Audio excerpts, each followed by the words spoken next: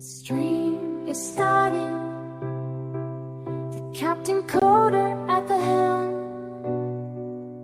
Green water is ready. Today we will learn a lot. He loves the questions, he loves to sing. Join our Discord, follow him.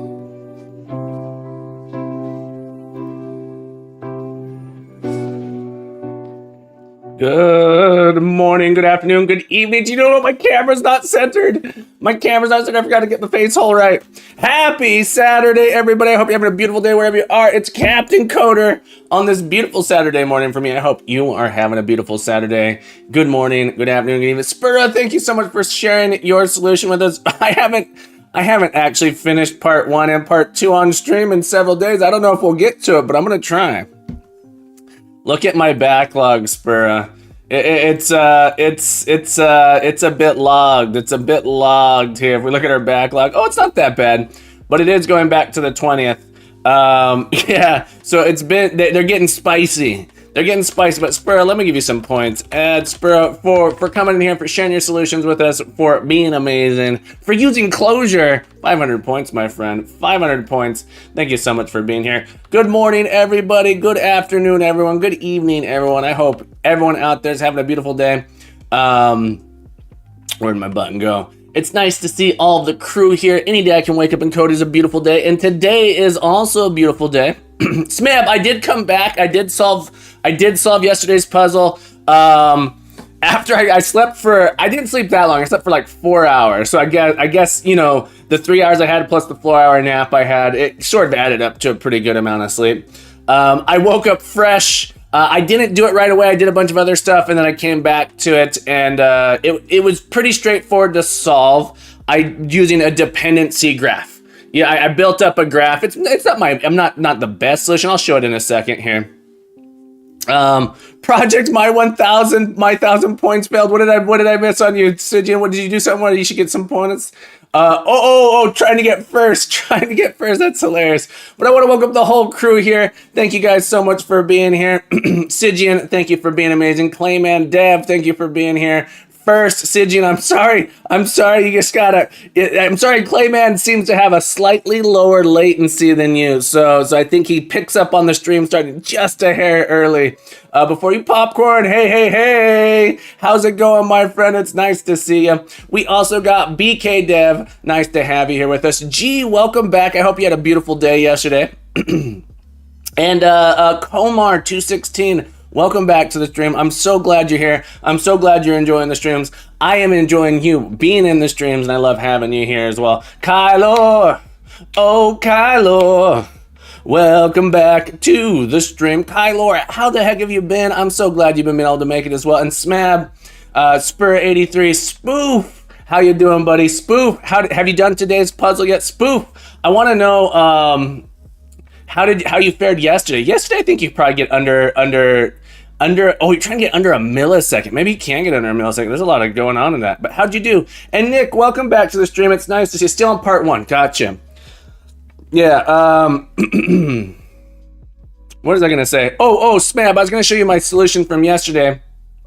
I ended up, Nick said knocked out part 2 for yesterday and part 1. Today only had 90 minutes to stream.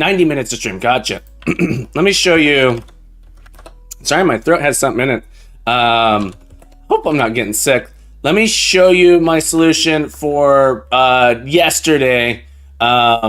It was much easier once I built up a dependency graph. Yeah, it was just so much easier once I built up a dependency graph. So I wrote a class called Tower, and Tower has a couple of lookups, has a couple of caches here. So given a brick, we know the bricks that it supports, or that are supporting, supports and supporting. I can't remember which direction this is going. Supports are the bricks that are beneath this one. So given a brick, I know which bricks are beneath it. And then given a brick, I know which bricks are above it. Sally's asking, are you using, I need a keyboard command. I am using a split keyboard. I'm using the Kinesis Advantage Pro. Kinesis Advantage Pro. I'll drop a link to it in a moment, Sally, but I am doing it. So I have this graph here where every brick knows which bricks are above it, which bricks are below it, so which ones it's supporting. So that's a much easier way to do it. And then I also have given a position in a dictionary. I know, yeah. So I can query, say, hey, give me a position 3D. Do I know whether or not it's inside of my graph? And if it is, which brick happens to be that position? I don't know if this is completely necessary here, but I have a position to brick to look things up here. With a tuple of supporting and supported by. I bet my code makes sense now. Yeah. Oh, Ragnist7, welcome back to the stream. It's been a while. It's nice to see you. So when we build a tower, the tower comes through. We just take in all of our bricks. We sort them. We sort the bricks. And then we do a thing that says simulate a drop. Simulate a drop takes in a brick and says drop it as far as I can within this tower. within this tower. So I get back my dropped brick. For part 2, I needed to know whether or not the brick moved. I ended up just simulating it. So we know how many of the original bricks in the configuration actually fell. And then we add it to the tower. Adding it to the tower just adds it into this information here. And so for part 1, removal just becomes if we can be removed if we are not supporting anything, or all the things we're supporting are supported by something else, right? So that's how we remove stuff here. So we have this really pretty short solution here for the final thing of finding the removal. If all the bricks that I support have at least 2 supporting bricks, we can remove this one. So we end up yielding those bricks out. And then the buildup isn't too bad anymore. Supports and supporting is memoized, given a brick. I only calculate it when I need it. So part 1 basically becomes build the tower, count the removables. Part 2 says build the tower, get the removable ones. And then for all the bricks that would cause some other brick to fall, simulate that removal and then add up the sum of those things. So my solution for yesterday's puzzle became much simpler after I slept and was no longer trying to brute force it. Yeah, so that's where we ended up. I'm pretty happy with this solution. It's amazing how much better you can code if your brain's not tired and you're not trying to talk with the chat at the same time. But that said, I love talking with the chat. I love the added challenge. I love how much fun this is. Sally was asking about my keyboard. It's a little bit dirty, so I apologize. But I use the Kinesis Advantage Pro. It's this keyboard here. I've modified it here with some Velcro. I have a trackpad I used to put onto it that I no longer use. But I'll drop a link to this for you if you want to get yourself one. Mine is pretty old. Kinesis Advantage Pro. Mine is this older one, and they have some newer ones here that are actually like 2 pieces. When you say split keyboard, I assume this is technically a split keyboard. It's 1 piece, but I think it's technically. Komar, what an eye. Yes, they are indeed. But here is this link. Is it? Will this much work here? Yeah. This link here is to the keyboard that I have. They have the black one here. Mine happens to be a gray model of it, but that's okay. Yes, they're almost all board games. So good eye. Got that. The eyes of an eagle back there. But yeah, this is part. I would like to say this is my board game collection, but this is part of my board game collection. They don't all fit here. I really thought they were all gonna fit on these shelves, but I ran out of space in this new office, and so I'm working on something. I want to add in some more tiers on here to see if I can maybe add some more. I might get I kind of want to get these shelves that expand out so that way I can have double layer shelf here that I can press a button and it'll compress down to the wall, but I can press a button, it'll roll out, and then I can move between them. I think I might have a problem. I think I might have a problem. I need Captain's new Lambo, and then yeah, here's my here's my Dungeons and Dragons stuff here. I don't have as much as I feel like I should have more. I do have a lot of minis and stuff, but this is Dungeons and Dragons books here. But yeah, thank you everyone for being here this morning. We're gonna hop in. What are we doing today? Let's zoom in. Hang on, let's get in here. Okay, perfect. All right, so what are we doing today? I told you the solution last week. Spam says, I did the same thing, but I used one dictionary with a tuple. Oh, gotcha. I missed something. I feel like I missed something. That's okay. That's pretty good. All right. What are we doing today, folks? We are Captain Mouth today. We are working on Advent of Code day 23. Day 23, folks. We're working our unpin. Hang on. We're working our way through. We're on the final stretch. I haven't read it yet. I haven't read this one yet. My guess is this one's gonna be a doozy. It's the final Saturday, folks. It is the final Saturday, and Eric's way of telling us that he loves us is gonna be by giving us a really hard one. Unluck, it's spoof. It's true, we have no luck here. Where did my there's a little puzzle there.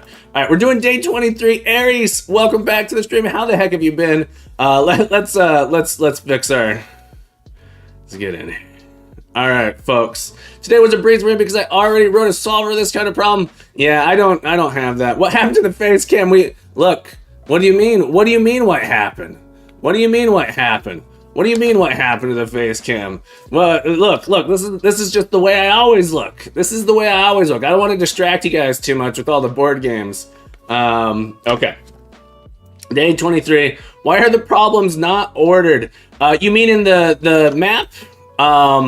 So, Spaghetti Developer, welcome back to the stream. The puzzles, as we go up, it reveals. So let me start a new one. If I start up a new screen here, you'll notice as you solve the puzzles, the map is revealed. The map is revealed. So part of it is related to the map being revealed as we go. And it's the journey. There's a storyline as you go up. You're traveling up these islands as you go. You're traveling up these islands, and then you work your way back down. So the day here on the right is indicative of where you are in the world map for this year. I hope that makes sense. Yeah. So it's a pretty cool little thing that is going on there. All right, day 23. The elves resume water filtering operations. Clean water starts flowing over the edge of Island. They offered to help you go over the edge of Island too. Just hold on tight to one end of this impossibly long rope and they'll lower you down a safe distance from the massive waterfall you just created. As you finally reach Snow Island, you see that the water isn't really reaching the ground. It's being absorbed by the air itself. It looks like you'll finally have a little downtime while the moisture builds up to snow-producing levels. Snow Island is pretty scenic even without any snow. Why not take a walk? There's a map of nearby hiking trails, your puzzle input, that indicates paths, forest, and steep slopes. All right, so we have... looks like a graph. It's going to be some sort of maze path solution. Looks like we have a maze. Here. You're currently on the single path tile in the top row. Your goal is to reach the single path tile in the bottom row. So start. Fiend. Because of all the mist from the waterfall, the slopes are probably quite icy. Probably quite icy. Keep that in mind. Part two, they're so it says probably here. So in part 2, they're not going to be icy. And so I think that, look, it's not bold, but my thought is, if you step onto a slope tile, your next step must be downhill. I'm probably wrong. I've been wrong on all this day, part 2 so far. Your next step must be downhill. Okay, so if you step on these, it says, it determines what your next step is. All right, so these determine what your next step is. So it's like one ways. These make one way. So we have sort of these paths that force you to go in a specific direction. Okay. To make sure you have the most scenic height possible, never step onto the same tile twice. Okay, so you can't do this. No cycles. What is the... Oh... People, so fun fact, I'm pretty sure, so we need to find the longest path, which turns out to be a really hard problem. Finding the longest path, I think falls in, is it an NP complete? Is it NP hard or NP complete? Longest path complexity. It's NP complete. NP hard, longest, stop. Let's go away, Wikipedia. Why you need so much money? There's like, all right, longest path. The graph theory, Longest path. All right. Jeez, this donate's big. No, I already donated. In graph theory and theoretical, longest path problem is a finding simple path of maximum link in the graph. Which asks for the path is NP complete. Longest path problem is NP hard and decision version of the problem, which asks whether a path exists. Yeah, so it's an N. What this means. So anyone's not familiar here. Nick, PG11 stream, my friend, thank you. NP is a type of problem space. So in complexity theory, theory of computation, complexity theory, it's NP hard. It's NP hard on this. The graph without negative weights, the longest path problem is NP hard decision version of the problem. So this is going to be an NP hard problem. Finding shortest path can be done quickly. So we have an NP hard problem here. And in complexity theory, this says how difficult are problems, computational complexity. So we have this idea of how do these problems grow? How quickly do these problems grow? How hard do they get as the number of inputs grows on it? Also, Graham Graham, welcome back to the stream. Moon it's so nice to see you. How's the moon, my friend? Sorry the 12th command didn't work for you, but 10th seems good enough. So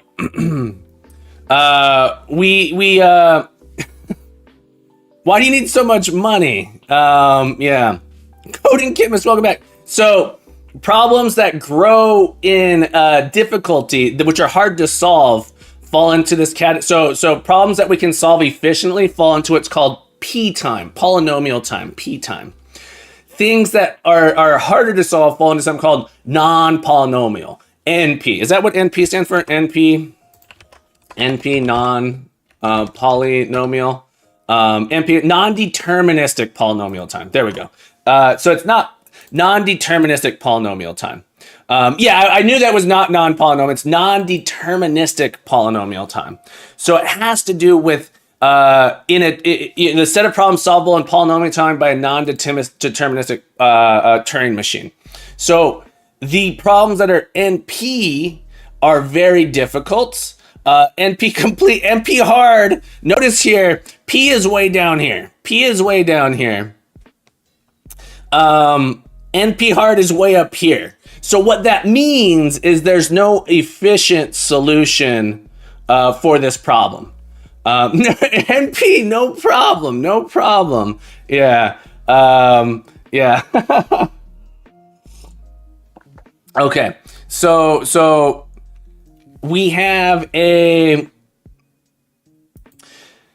usually when you have a problem like this, usually when you have a problem that falls into a category of NP hard, it means it's going to be, hopefully it's small enough that you can solve it. So we need to be able to solve it efficiently. And so, yeah. Yeah, do NP hard problems occur often in the programming industry? Yes and no. So there's a lot of study that's been done for common problems, but yes, they happen all the time. For an example of an NP hard problem would be finding the traveling salesman problem. Is a traveling salesman problem is a good one. This problem is saying you have to, let's say you could think of it as a mail delivery problem as well. There's a person that has to visit a bunch of people to try and sell stuff. They're trying to sell stuff. So what it comes down to is in practice, usually your state space is small enough. Floyd Warshall might be, I think that might be true. All pairs shortest path. So the idea with the traveling salesman problem is you have someone trying to visit a bunch of different places and you want to say, what's the most efficient route they can take? What's the most efficient route they can take? It's no spoilers to say that my recursive solution part one was not a goer for part two. Can't you use some shortest path algorithm and use negative? So Dijkstra's does not work with negative weights. Dijkstra's will not work with negative weights. So the answer is no, topologist. The reason that shortest path works is because you guarantee on a step, if you have negative weights, all bets are off, because you could end up saying, oh, well, I'm gonna go back and forth over this over and over. Dijkstra's trying to find the I don't think so, topologist. I don't think we can solve it using negative edge weights. Okay. So, I will say that Dijkstra's doesn't work with negative edge weights. Okay, came back with the second shortest path. Okay, so we want to find the longest path here. Kovalaki, welcome back in coding. Chemist, how are you? I think Bellman-Ford works unless there's a cycle of negative weights in the graph. Okay. If we can prove that there are no cycles in here, so there's a trick here where we have these. So here's a thing. Well, this might be in just this one. We only have slopes going to the right and down. Let's look in our actual input. Do we have slopes going up? They tried to boozle us. Look at this. They're trying to boozle us here. They say that there are steep slopes up, right, down, and left, but in fact, there are only slopes going down and east. There are no slopes going up or left. North and west, there are no. So we know, because of that, the slopes are your friends in this problem. Spoof, I'm sorry your life is terrible, my friend. I'm sorry your life is terrible. In mine, I have no upslopes. I only have downslopes. Well, and I looked in here, there were no upslopes. So I think because we only have down and right slopes that go down into the right, I'm pretty sure I have, okay. I'm pretty sure I have a purely directed graph in this case. All right, so here's my plan. It's still not, okay. All right, well, here's my plan. Something else I'm noticing. All right, so because I know this problem for finding the longest path is hard, I want to reduce my search space as much as possible. So what I'm going to do is I'm going to go through here, and we're going to define, notice right here, there's a special spot. Notice I can only go, essentially there's only one path to take here. So I'm going to have a node here. I will have a node here. When I get to this point, I'll insert a node. I'm going to build up a graph in this way, where at my conjunctions, spots where I have conjunctions, they have designed this in a very interesting way. Notice I have these junctions here where decisions need to be made. I don't need to actually do the search on the entire graph, is what I'm noticing here. I only need to do a search on the graph if I have decisions to make. These can be reduced into weighted edges here. And so that's interesting. All right, so it looks like I can do this and then put a edge weight on this, and then I should have a much smaller search space. Let's do a calculation here. So these are important points. These are going to be nodes. And then we're going to do a flood fill. We'll do a flood fill to determine the weights of these edges here. All right, let me get my actual input, and we're going to determine how many important nodes we have. Let me just to build this up here. So before I go down this rabbit hole, I want to make sure flood fill, of course. Why didn't I think of that? I'm going to use a flood fill to build up my graph. I'm going to use a flood fill to build up my graph because there's no reason to do the graph here. So no reason to do on the full one here. This one, look, it's very labyrinthy. My thought is that there are important points. notice, yeah, this is interesting. Here, every spot we can actually make a decision, we are surrounded by these slopes. So I'm gonna write some code just to validate this. I'm gonna write some code to validate this. I am going to conjecture, is conjecture that word, or posit? I have an idea here that there are no dots. There are no dots that are surrounded by more than one other dot. So if you take the cardinal directions of every dot, you will never have 3 dots next to each other. So I am conjecturing that you'll never have 3 dots next to each other if this is a true maze. So we're gonna pull that in here, and if we do that, we have this nice graph reduction we can do to really shrink down our search space. So let's this is not correct. Let's go to day 23. Let's create an input file, input.txt. I just want to write a program real quick to validate this idea I have. We want to, let me finish reading the puzzle first. I didn't actually finish reading the puzzle. I just saw that what is the longest hike you can take? And then the hike contains 94 steps. Okay, how many steps in the longest hike? Okay, I wanted to, okay.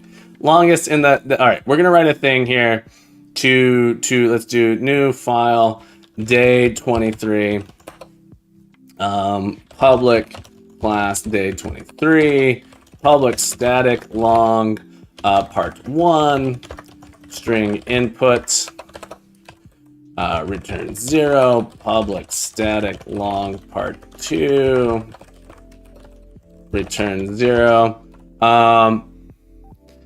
Yeah, most items won't really bother about some node with 1 input and 1 output edge, though. I think that's probably true. Flood fill, of course. I just used flood fill. Sorry, I'm catching up on chat. Well, it feels good to not be completely exhausted today. I want to have a record. Really, I just want to parse this into grid, string array, raw, rows. And then what we're going to do into a graph, public, static, grid, parse, string, input, input dot replace line endings dot split, environment dot new line, remove empties, and trim entries. Okay. String array rows is this, return new row, new rows like that. But I want to validate my assumption here. I believe that every dot has exactly 1 or 2 dots adjacent to it. Okay. Let's write an indexer here. So public care this of position.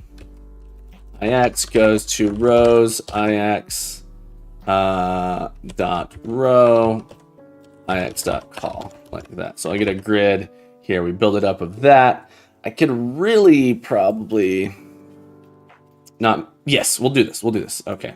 So I can get the character in there. Let's create directions. I've done this. I should add this to my helpers. I've done this too many times. Enum direction. North, east, south, west. Let's. Have I added this to my helpers yet? CD AOC helpers. I have not. I really should.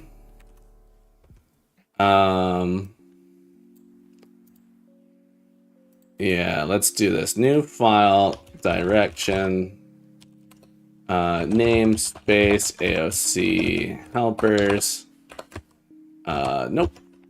Pull this in here like this. Direction, and then public static direction, class directions, direction, extensions. And we're gonna do public static position step, and we're gonna get taken, so it's gonna be this position, comma, direction, under. We're gonna do a switch here that says return. Nick, that's the secret. That's the secret. I really look, better late than never. Return dir switch. North, go to position plus -1 0, direction dot east, position plus 0 1. It's the most efficient way. Look, what is the rule if you have to do it 3 times? You do it 3 times, that's when you decide. I think this is the 3rd time I've had to do this. Throw new, come on, exception. The autocompletes drive me crazy here. Invalid direction, dir.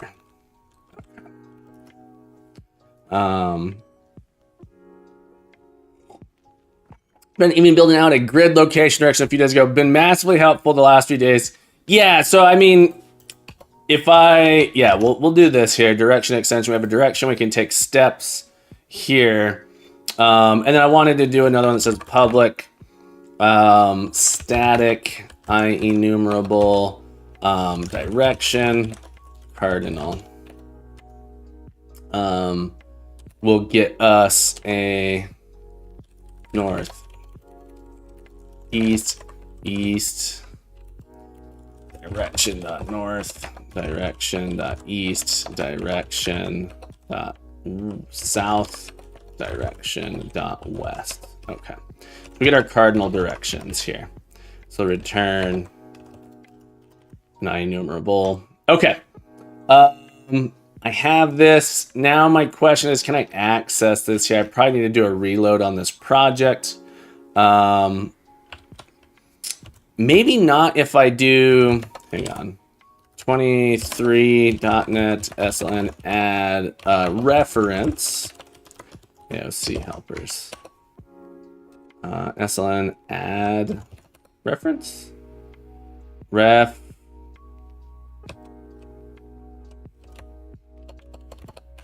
Just add that. Okay. Build all the grades in a few lines and have a function to feed the location optionals, even optional delegates that will split it, spit out where we can go. Gotcha. Okay, so we have this. We got our grid. I believe that every position, all of the neighbors, the neighbor of every position that contains a dot will have exact, like, one neighbor. All right, so I want to validate. Let's go to my tests. All right, let's go to my tests. How do I get to my test? Here we go. Let's go to our test here. This will be day 23 tests. Day 23 tests. I want to say fact public void tests all paths are maze. So what this is testing is I want to verify that all of the dots. Brute force solution took 6 minutes. Working on optimizations. Got ya, Mizzard. Welcome back to the stream.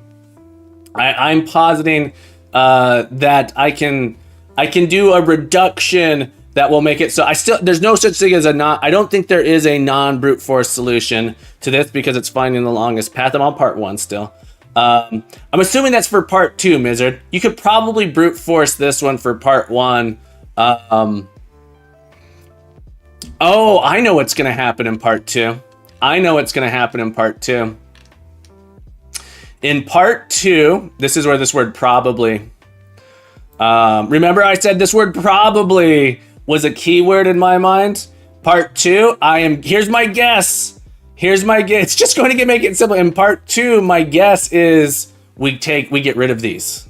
So in part 2, we do have a situation where our dots can have 3 dots next to them. That's my guess. So this is what I was saying. These are going to be helpful because they make it so we can't end up going backwards. Oh, that's mean. I was going to say, okay, part 1's not so bad because in mine, it's all rights and downs. So you know that there's never going to be a loop that comes back on it. Okay, well, anyway, I'm going to still write this test to validate my assumption here. Oh, that's mean. Smab, that's really mean. Now the search space is massive. It's crazy. All right, so I'm not on part 2 yet, but I think I have, I know what part 2 is. So I'm going to go and do my optimization anyway. But I want to go down this path where I believe for every position, let me do I'm going to write,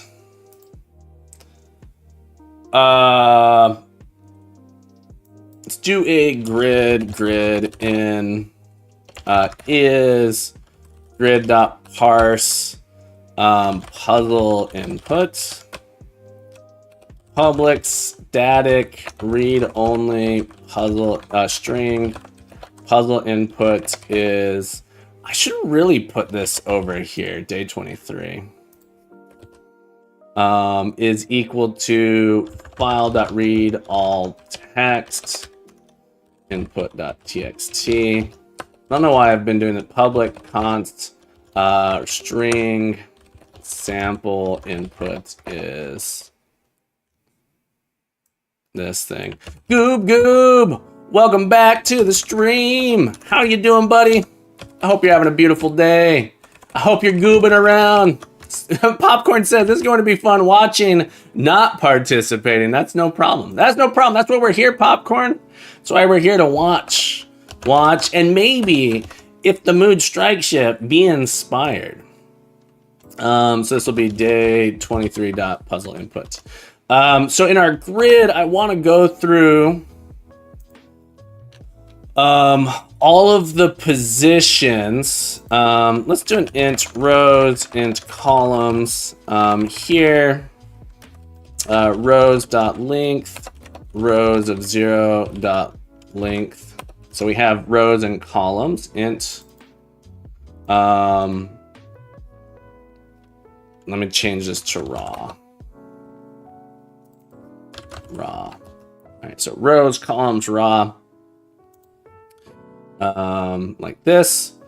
Here we go. I don't know if P1 is still that straightforward, except that I guess you could do, because you have these stopping you from going backwards. Man. I'm gonna do it anyway. Hang on. All right, let's come in here. Our grid here, we have this. I'm gonna say for int row is 0 grid.rows row less than grid.rows. I feel like I'm gonna write another helper. Let's write another helper.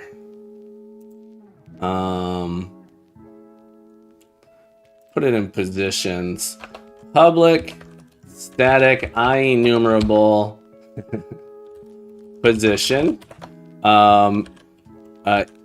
iterate row column. Int rows, int columns. Is that really what I want? No. I feel like I do this a lot, but I'm gonna go ahead and just write it in here. Undo those changes. Okay. In our test, for every row plus plus, for int, do I already have something like this? Position dot, I'm gonna do the following. Yeah, I'm gonna go ahead and write this in my position class. Public static IEnumerable position iterate. Position top left, position bottom right. And then it's just gonna have for int row equals top left dot row, row less than bottom right dot row, row plus plus. And the way I want to do it is like this. For int column equals top left dot column, column less than bottom, less than or equal to bottom right dot column, column plus plus, yield return row column. Okay, I want this so that way I can do the following. We'll just rebuild now that I've touched that file here. She says you could look up on the longest path with DAG if you need help. You could look up on the longest path with a directed acyclic graph if you need help. I think I got this. I think I got it. At least part one. Part one, I'm pretty sure I can get. Okay, so we're gonna do for each position P in grid. Position dot iterate. And I gotta reload.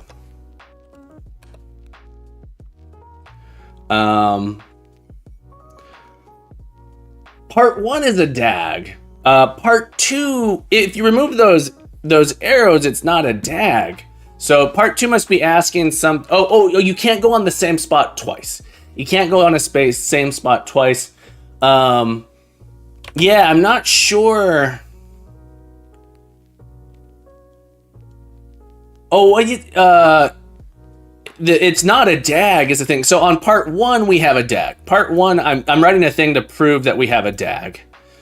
Part two, which I haven't gone there yet, I've guessed it. People have told me I've guessed probably we remove the DAG. It becomes not a DAG in part two. And so we're gonna iterate from 0, 0 to grid.rows -1, grid.columns -1. Okay, so we're gonna go through all of our positions and we do grid of P symbol, and we're gonna say if symbol is not a dot, skip it. If it is a dot, I want to get all of the neighbors. Get all of the neighbors. So I want to do grid.neighbors, neighbors of P. All right, so I got to write a neighbors function for my grid. Public IEnumerable position neighbors,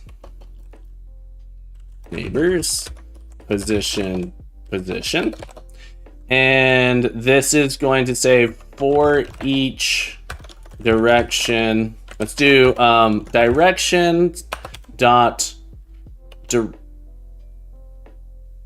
direction extensions dot cardinal dot select position dot step.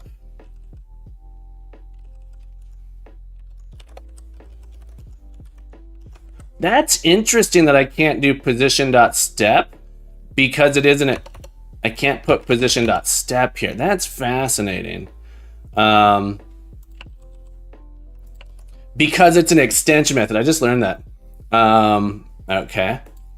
And then we want to say where it's within the bounds.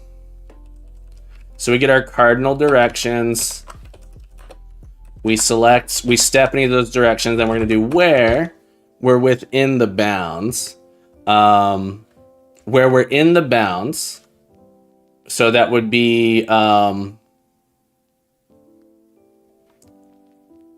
position.row greater than or equal to 0, and position.column greater than or equal to 0, and position.row less than rows, and position.column less than columns. And then we also only want to there's another where. So those are our neighbors, and we only want neighbors that are not a hash. All right. So where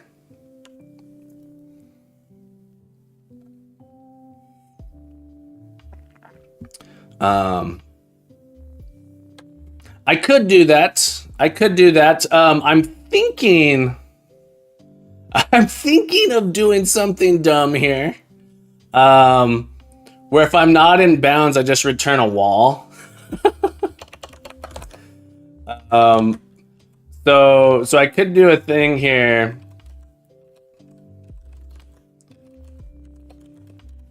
where I just do this. And I say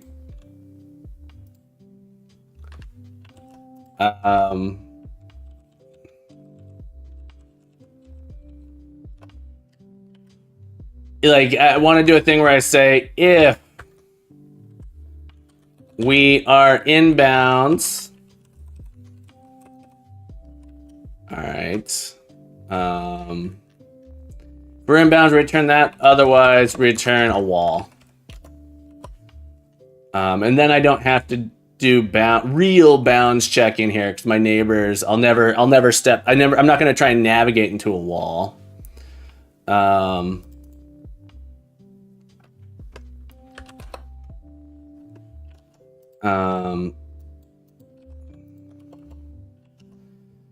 So I can say we step, and then we can say where position of this at position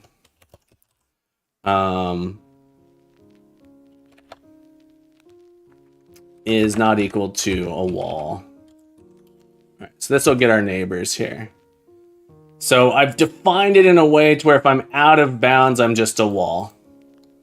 The border is all walls except start and finish. So naturally, those are the ones that always trip me up because I didn't want to check bounds all the time. So this just adds anything out of bounds is a wall here. Anything out of bounds is a wall here. And to be a little bit more public bool is wall. Position. I could do this, which will say that this of position equals wall. So say given a position, is it a wall? And so we can be a little bit better about that. Public const char wall is a hash, and then we can do this wall.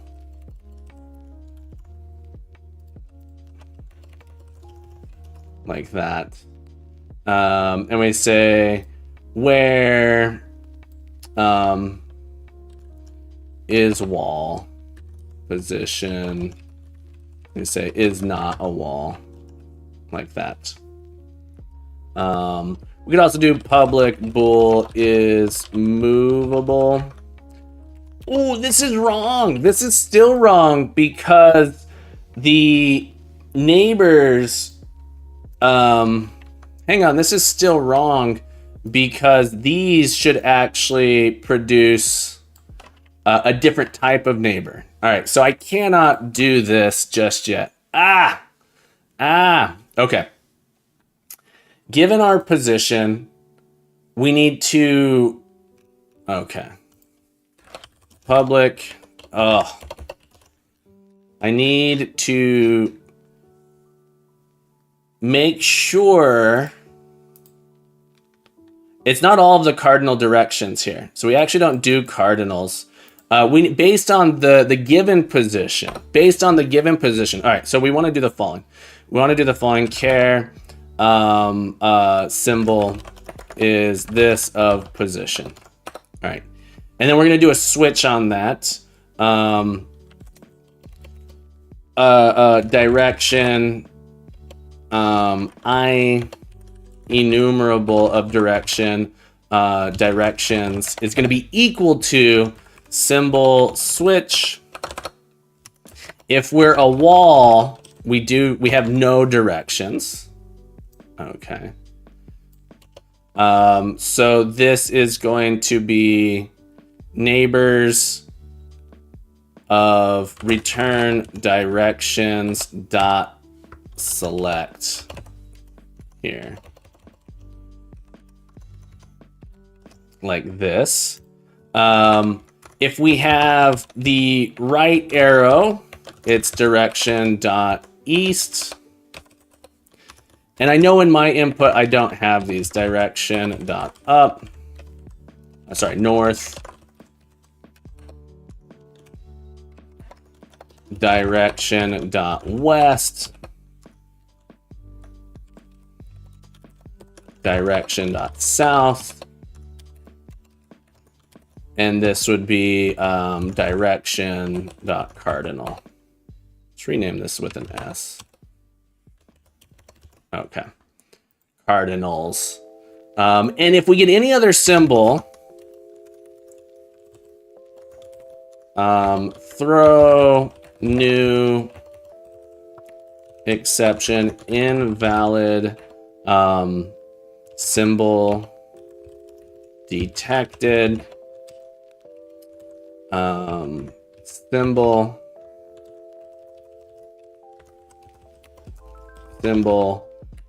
at position. Okay. So these are different directions we can go. We pull up the symbol at that direction, at that location. It determines what our neighbors are. And then we'll step in all of those directions. We only keep the ones that are not walls. All right, so that should get us our neighbors.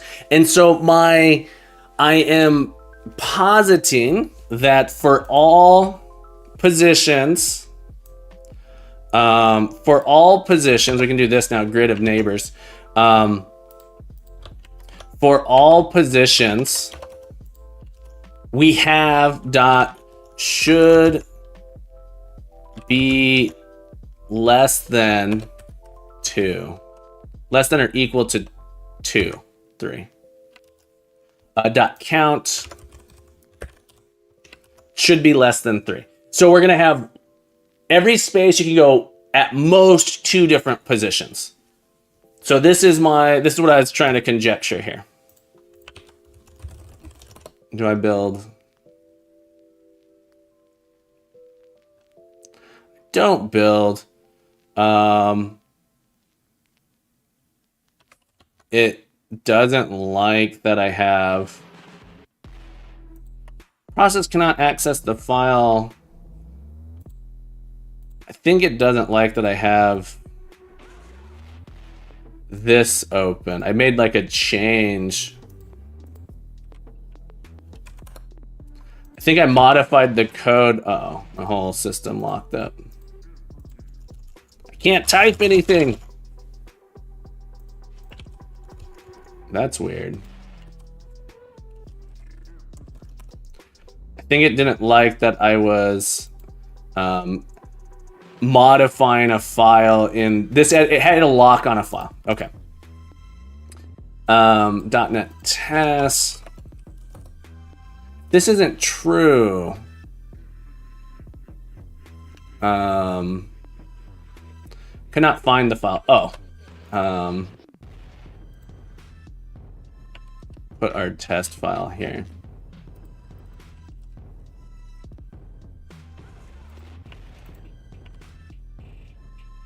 Put it in the weird. Come on.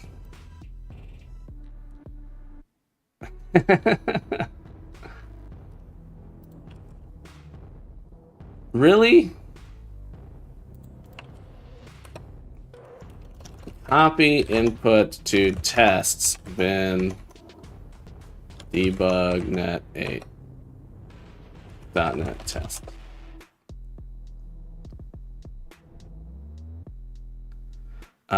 Should be less than Turbos 3. What position has let's add an output message. Found position with,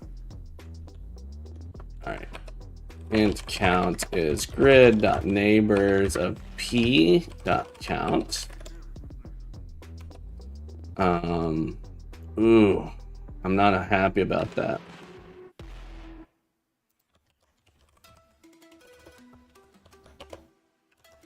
Congratulations, Spoot. He has neighbors.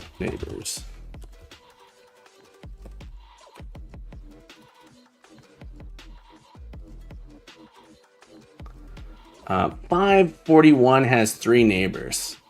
Can we go to line column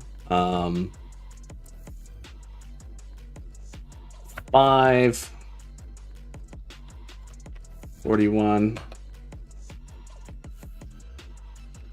No, it doesn't. 541 does not have done something. All right, so something's wrong. 541. 0, 1, 2, 3, 4, 5. 41 here. It doesn't. It doesn't. What neighbors does it think it has?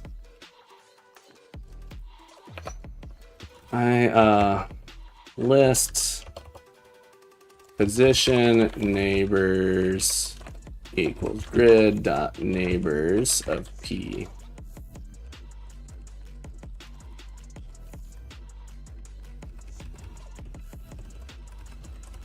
Neighbors dot count length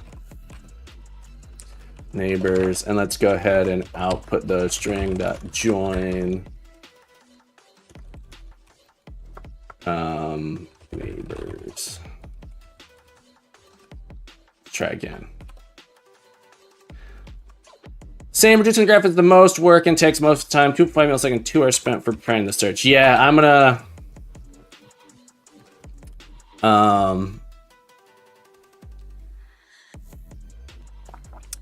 541 supposedly has 3 neighbors, 542, 641, and 540, which is weird.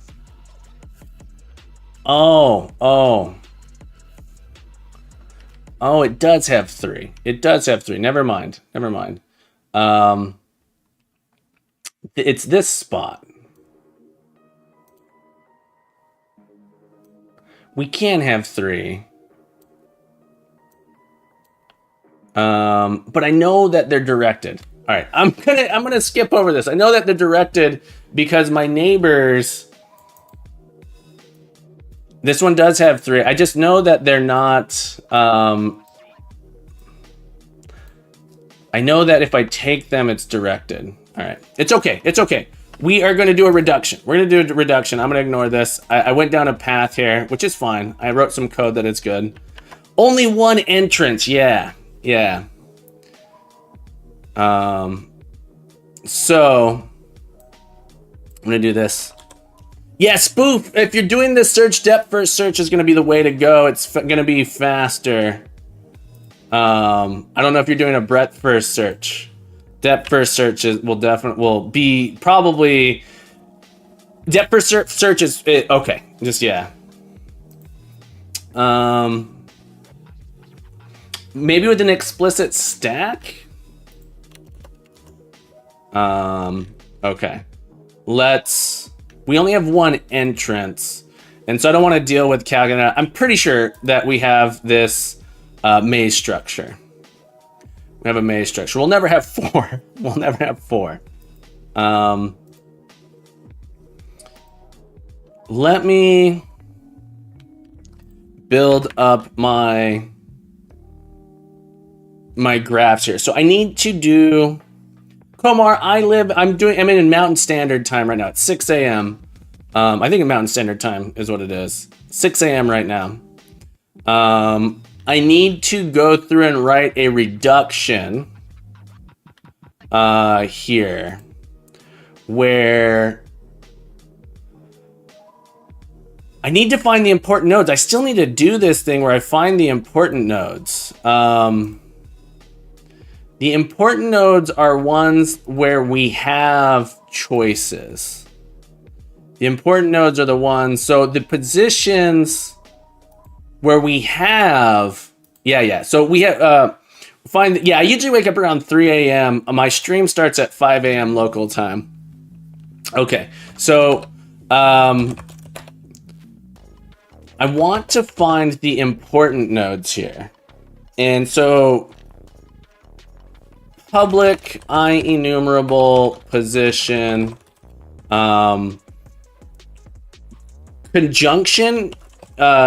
conjunction positions. So these are positions that have more than 2 exits.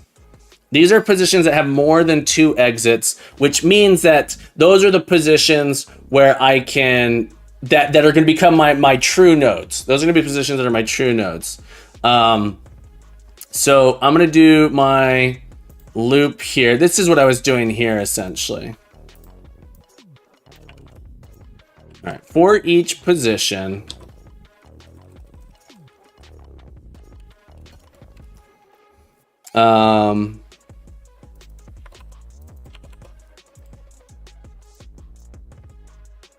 count neighbors of P, neighbors.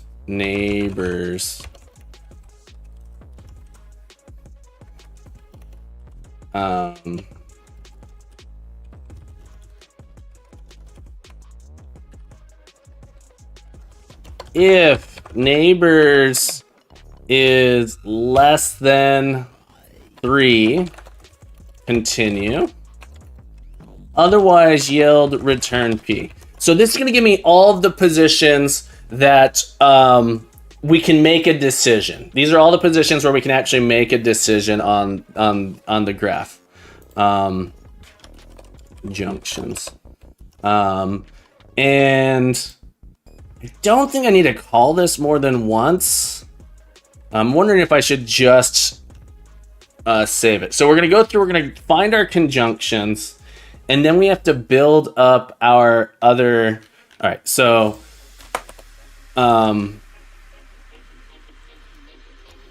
conjunctions. Public. I have another class here, which is going to be my graph. I'm going to make this a class.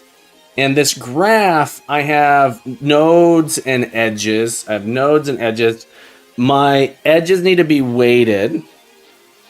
And to build this thing, static graph, build, we're going to take in a grid to start out here.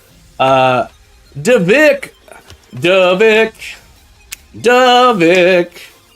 thank you for following me today. We've got Davik. Oh, Davik number 2, thank you. Thank you for following, and I'll say, welcome aboard, welcome on Saturday. Davik 2, thank you for following me. Davik 2, happy Saturday. Hope you have a beautiful day. Welcome to Captain Cozy Academy. If I'm pronouncing your name incorrectly, feel free to correct me. Alien Dance, look at that Alien Dance go. Happy Saturday. Hope you have a beautiful day. So when you build this thing up, I'm going to get a hash set of positions These are going to be our nodes. Grid.conjunctions. So these are going to be the nodes in our graph. These are the positions that we care about here. Upper Space, thank you for following. Have you met Upper Space?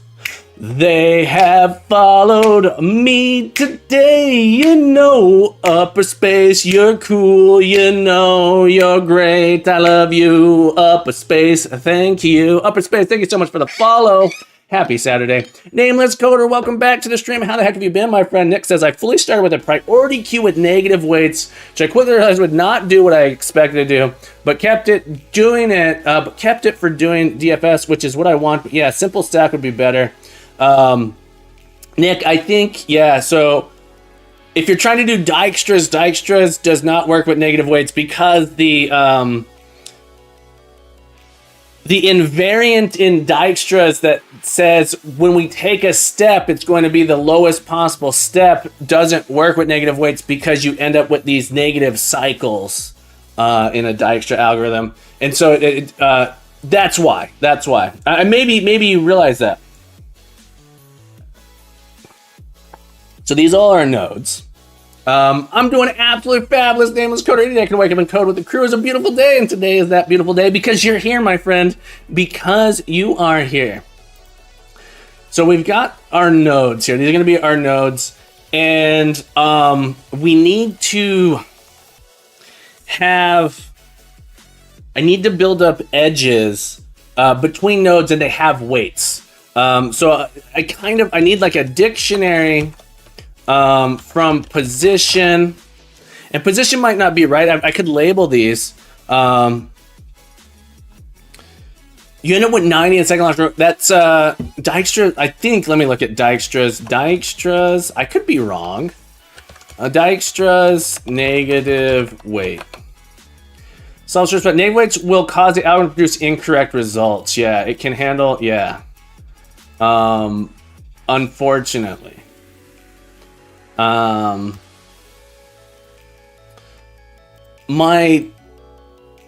can think of my positions here as my nodes. So we have a dictionary from position to position, edges. And then we also need to know the distance that we travel along that. And so I could create a special, I'm wondering if I should create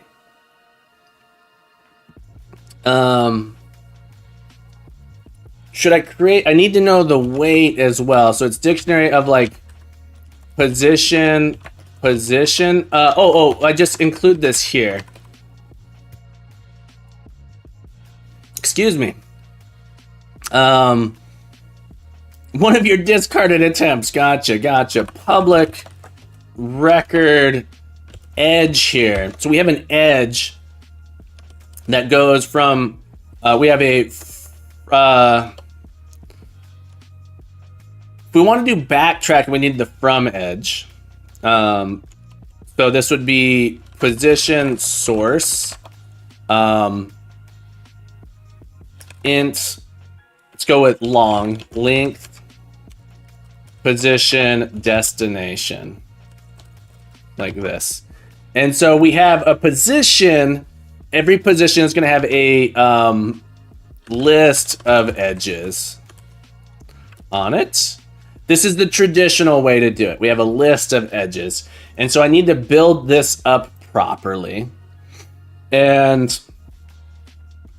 these are going to be our nodes. These are going to be our edges. Our edges have a weight to them.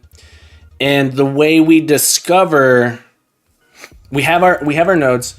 We need to start. Oh, we need the start position. The start position.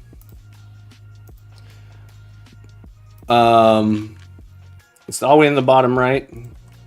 Okay, so we can say this is getting ugly. Start position, and I'm not liking what's happening here. At all. Let's go with, I'm not liking it at all here. Start is going to be row 0, column 1 always. The end position is going to be oh,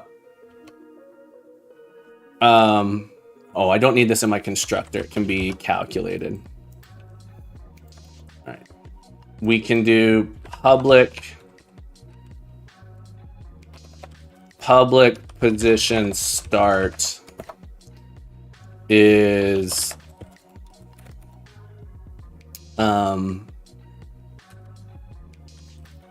0, 1. Public position end is going to be rows -1, columns -2, I believe.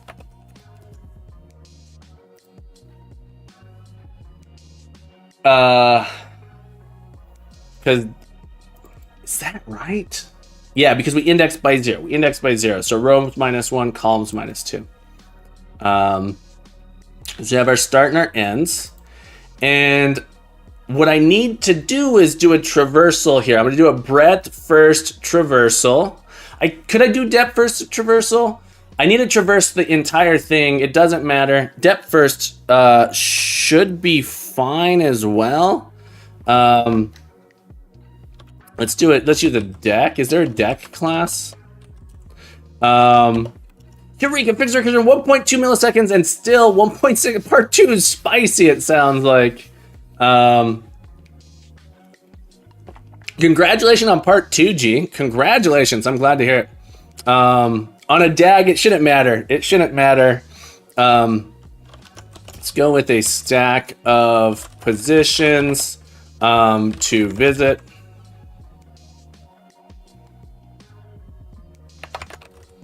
Equals a new stack. We'll go with a hash set of position visited. And this will start with start here.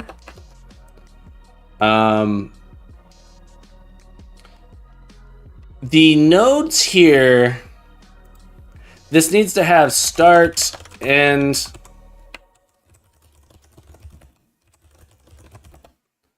the conjunctions. So there's a little bit here. I almost missed those two. Tuber Tugger and Hextree, welcome back to the stream. How the heck are you doing? Hextree, how'd you do today? How'd you hold up? And Tuber Tugger, thank you for being number 10 here. Thank you for being number 10. Folks, don't forget exclamation point first. Get those bonus points. You know you want them. You know you need them. You know you can have them. Exclamation point first. I went for a chalk for part 2. Oh, you went for a walk for part 2, I think? Or did you have some milk chocolate? Here we go. Okay, so we have our visited. We want to say, well, to visit dot try pop out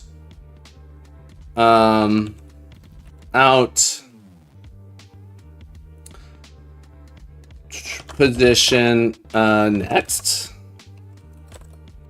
Okay. When we get down here, the idea is that our graph is complete. Our graph will be complete. I'll turn null for now. I managed both parts nice. A nice problem, I think. A reminder of some textbook graph algorithms and techniques. Yeah, so I'm doing my plan here. I am building up the important nodes in my graph here. So they're asking for the longest path, which is a not an NP hard problem. And so I am going to find, I noticed that we have a bunch of, it's just a labyrinth. I'm doing fabulous, Tuber Tugger.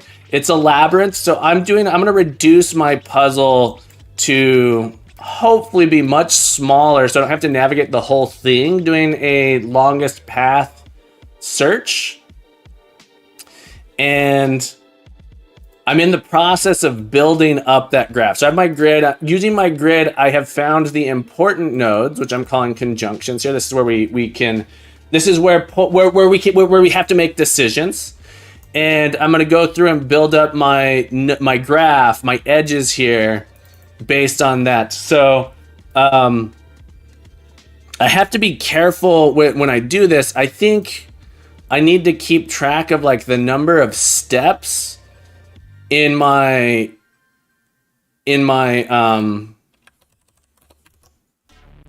to visit here. I think I need to keep track of the number of steps I've taken to get to a spot.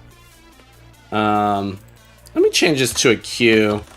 I think I'm doing a flood fill when I visit these. I don't think it actually matters, but because the way the maze is set up, but in case I'm wrong, I think we need to do a breadth first to know the minimum distance between each of the nodes. Yeah, so I'm gonna go ahead and do breadth first here. I think that's gonna be important. And I need to know the number of steps. Yeah, I need to know the number of steps. I need a couple things. So this should be our position. Start position current, because I'm building up these edges, steps here. So this will be position start int steps,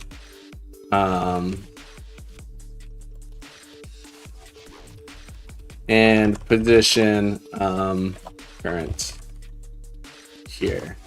So this is actually, I'm building up my edges here. So when I find an edge, I put it in, and then I'm going to in queue something else. In the new year, will you be bringing back those monthly Showcase Saturdays? Yes, we will. We'll be doing Showcase Saturday. It'll be the third Saturday of each month. So January 20th is going to be the next Showcase.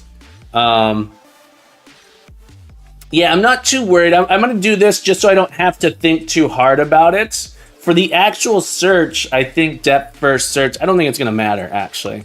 Because we're looking for the front. What are the Showcase Saturdays?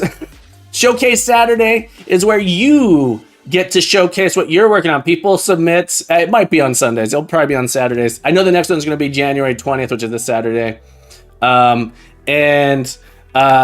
is going to basically, people can share their work. If you want to check out a previous Showcase Saturday, you can go check out the VODs on it. So people share their work, they come on stream with me, and we look at what other people are doing, and we talk about it. So if you want to go look at the October's, is that the last time we did it? I guess that was the last time we did it there. But we had a Showcase Saturday here, and so we had people coming on. I was playing this, someone made this game, which was super fun. People submitting the games they made for different things. Some people making some APIs, really cool stuff. So whatever people are working on, you can submit your work. We'll take a look at it. It's like a 5-hour showcase where we go through and look at as many people's stuff as we can. There will be a place to submit it on the Discord if you want to share it, to sign up because it does tend to fill up. Okay, so I need like a special start here, which is okay.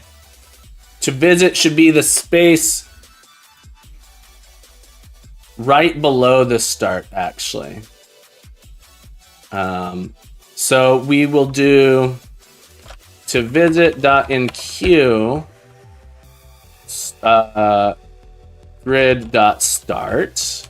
One step. We'll start by saying we've taken one step, and then the position right below one, which would be grid.start.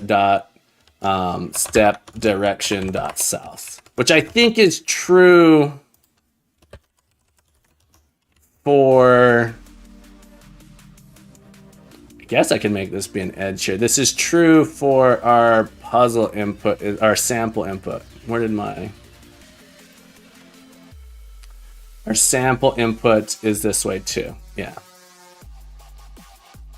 Tuber Tucker says, I feel if I ever release anything, if I feel at this point, if I ever release anything, I will have to put you in the credits as a special thanks. No, you don't have to. Your impact is sometimes hard to see, but it's so powerful. I'm glad. I'm glad. Look, the reason I kept streaming last year is there were people telling me that I had inspired them to do stuff, and that's what I want to do. I want to inspire people to program, to learn, to grow, to do things. It's my whole life. That's what I like. That's why I'm a teacher. I want students to learn. I want to inspire people to do cool things. Go do cool things, whatever that means. It doesn't necessarily have to be programming. I just happen to really enjoy programming, and I think I can inspire people in that way. So I appreciate that. I appreciate you saying that. It makes me feel really glad to know that hopefully I've inspired you, Tuber. Okay. If our current position, let me pull up, just so I don't get this wrong, I like to pull up BFS, Wikipedia. I just like to have this in here to make sure I'm not, there's been too many times where I've written a really dumb mistake for my breadth first search. So I just like to pull this in here so I can eyeball it as I go through. I made my queue. I've marked my start as visited. Technically, I am also visiting this position. So I think I'm going to add that in there as well. So we've visited those two positions. The reason I'm doing that is building this first thread up is important. This first direction I step out. We enqueue this. All right, while we're not empty.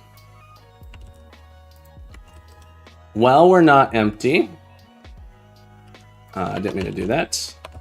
While we're not empty, we dequeue.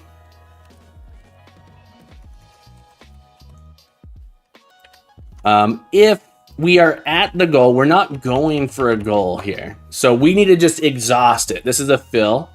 So we skipped this part. And we're going to say for each position, P position in neighbors. Let me pull this out as well.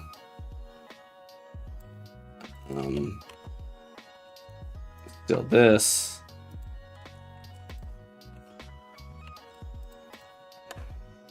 I keep hitting the page down key. It's right next to my enter key. And my thumb's getting too fat. My thumb is growing fat. All right, so we're going to do this. We pull this out, and then we have those. For each position in grid.neighbors of current. So we're going to go through all of our neighbors here. We're going to say, that's this loop. Let me put this on the outside here. I gotta do some thumb exercise. It's true. It's true, Smab. All right, put this inside. We're gonna say if, I'm just doing this for sanity. It's due any minute now. I know we're a little bit over on when I'd like to exit, so we'll probably stop here once I have this search done. And I've built this graph. We'll probably take a quick break. So we're gonna say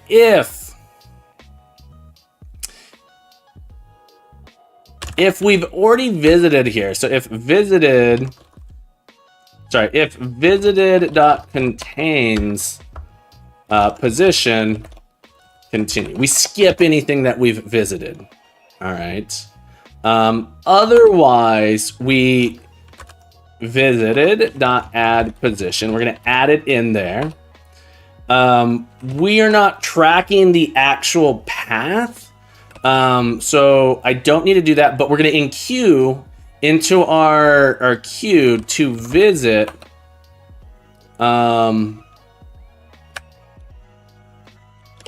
This isn't quite right. There's something I have to do here. Say like if I've reached a special node. If I've reached a special node, I'm missing a part here.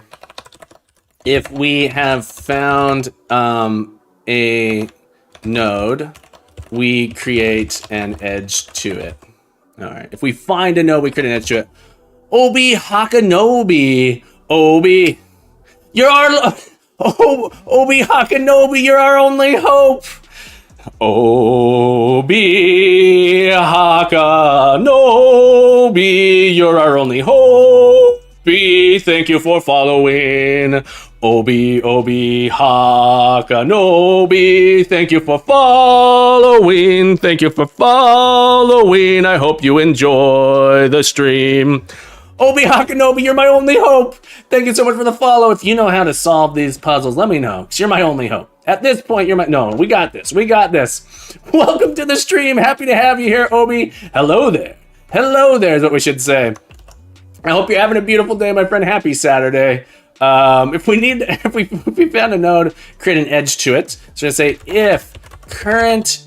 we're going to say if our...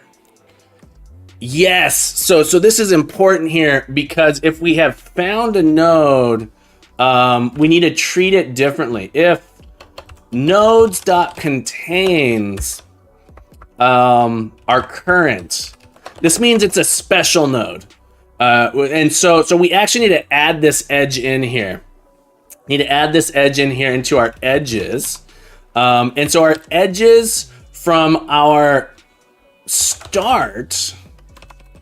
I'm going to change this from start to source. Okay.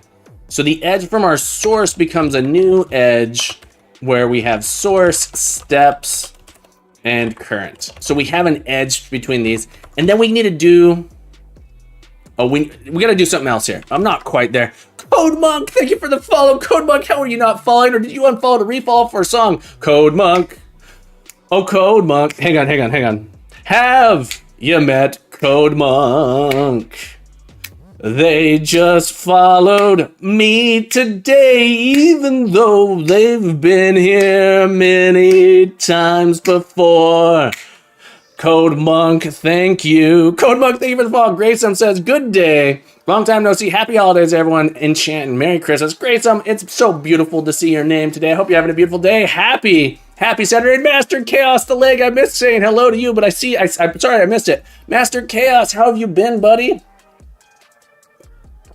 All right. So, we need to insert this into our edge list. Our edge list here of places we can go. Is it true? Yeah, we can go multiple places from places. So we have an edge list here. So we need to say if edges dot try get value source. I actually know all of my nodes to begin with, so I'm just gonna initialize them here.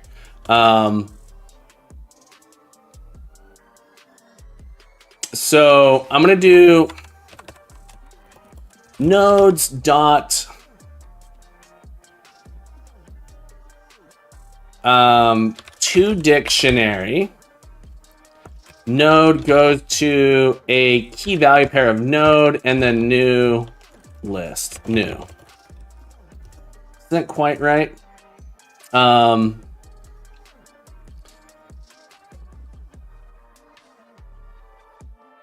I need to, given a function, go to a key. Oh, is it just this? Or it can't figure out list of edge? All right, to dictionary with the type. I need a function from T source to T key. I'm surprised this didn't work. Let's look at C# to dictionary. I just want to look at an example here. My brain can't quite figure it out. X,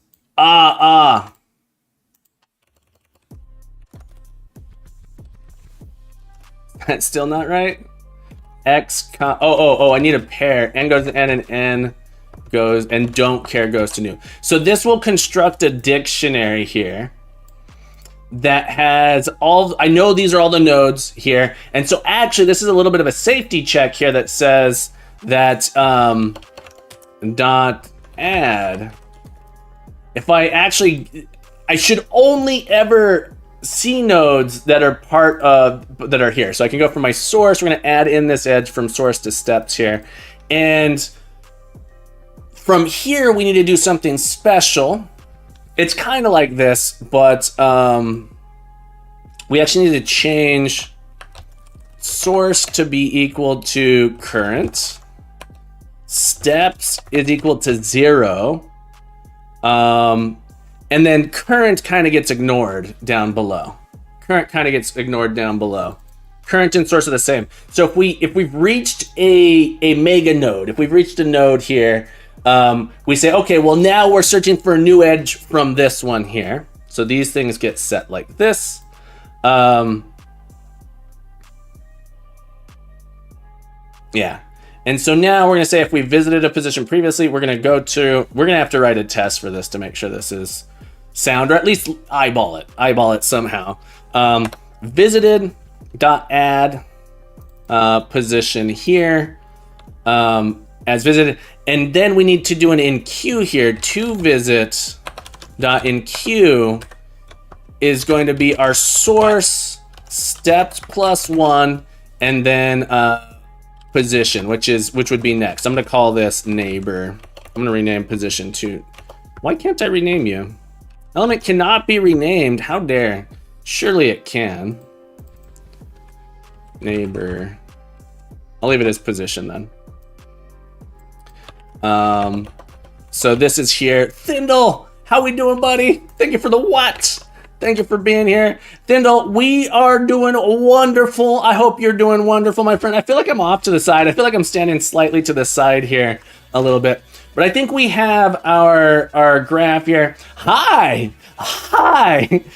Thindle, how you doing? How's Zelda? How's your life? How are things going? I hope things are on the uppity up.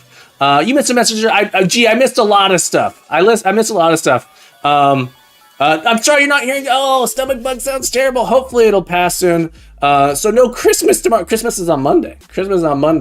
Hopefully. Or is it already Sunday where you are, Thindle? That would be interesting. Christmas is on the 24th? Wait. Sweden celebrates on the 24th. Gotcha. That's fast. I did not. Today I learned. I missed some messages earlier. Gee, I've been focusing on this here. Trying not to get too distracted. But if I missed a message, feel free to @me. It'll highlight it, and hopefully I'll be a little bit better at seeing it if that's the case.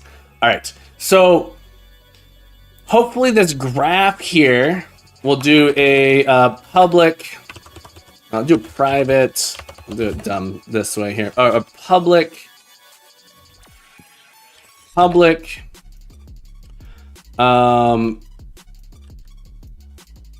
Doesn't matter. Hash set position nodes get private set.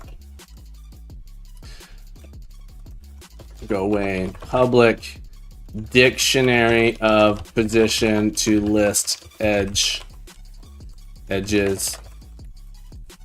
Brian, how you doing? Hope you're having a beautiful day. Denmark as well. We celebrate Christmas on the Christmas Eve is on the 24th,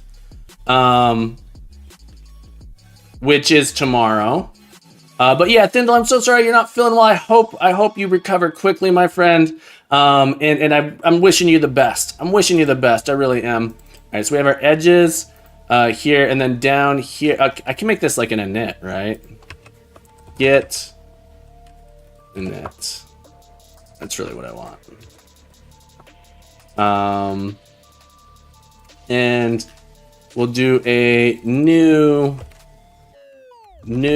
graph of nodes is equal to nodes, edges is equal to edges.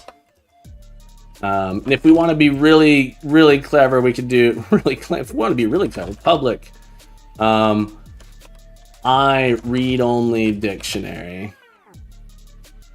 I read only dictionaries, folks. Hang on. I read only dictionary. And is there an I read only list? I'll go with I read only list. To list. There we go. G, enjoy your day. Have a beautiful day. Merry Christmas. And don't forget to have a break. Yeah, I'm about to have a break. Remember, G, keep coding, keep growing, be the best you can be. You're welcome back anytime. Thanks for hanging out with us today. It's been lovely, my friend. I'm gonna make our graph here. Do I need this syntax? Yes. The syntax options are weird. I believe if we do this, let's see if we have an infinite loop. Which hopefully we don't. Hopefully we don't, but we're gonna see here. Public test build graph sample input graph G equals graph dot build. We have taken a grid, so it'd be grid dot parse sample day 23 dot sample input. Just to see if it finishes. Let's make sure we don't have an infinite loop. Make sure we can build a graph. Puzzle input. All right, I just want to make sure .NET tests. Make sure that we don't have an infinite loop. Make sure that it actually finishes. Doesn't mean that we have a solution. Okay, we finish, and I just want to make sure. I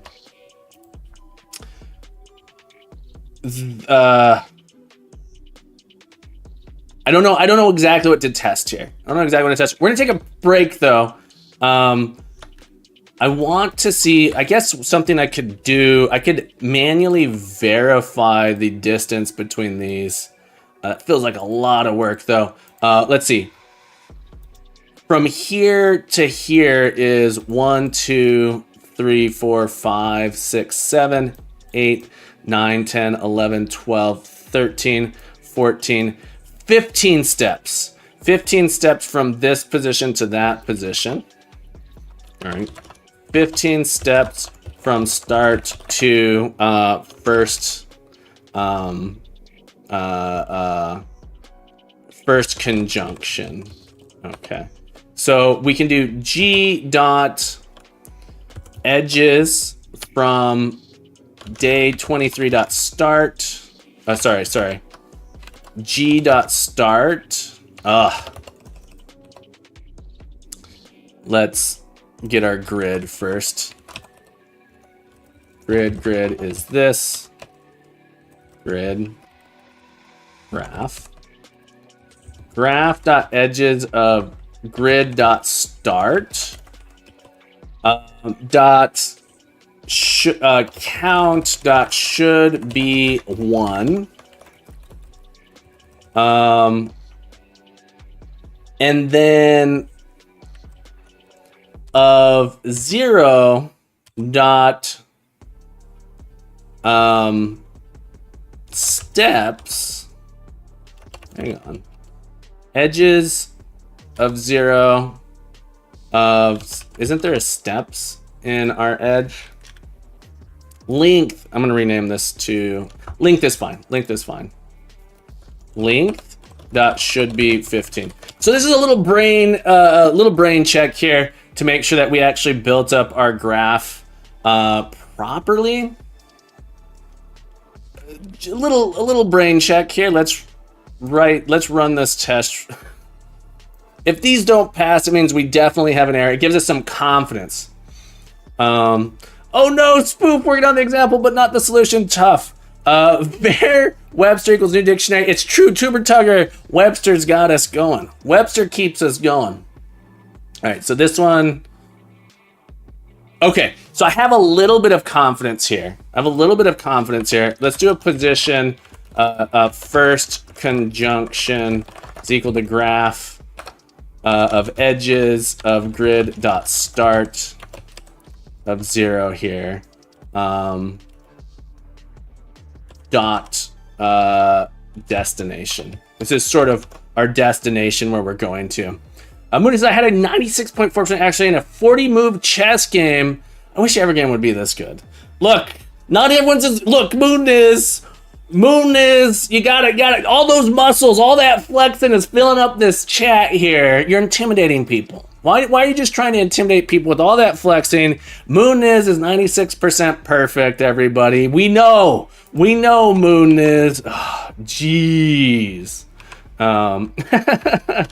Edge here. This is our first conjunction. First conjunction dot length is this, and then looks like I built the same graph as this. Cool.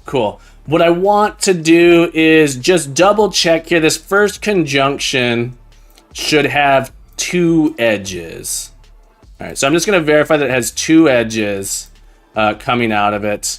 We're making progress.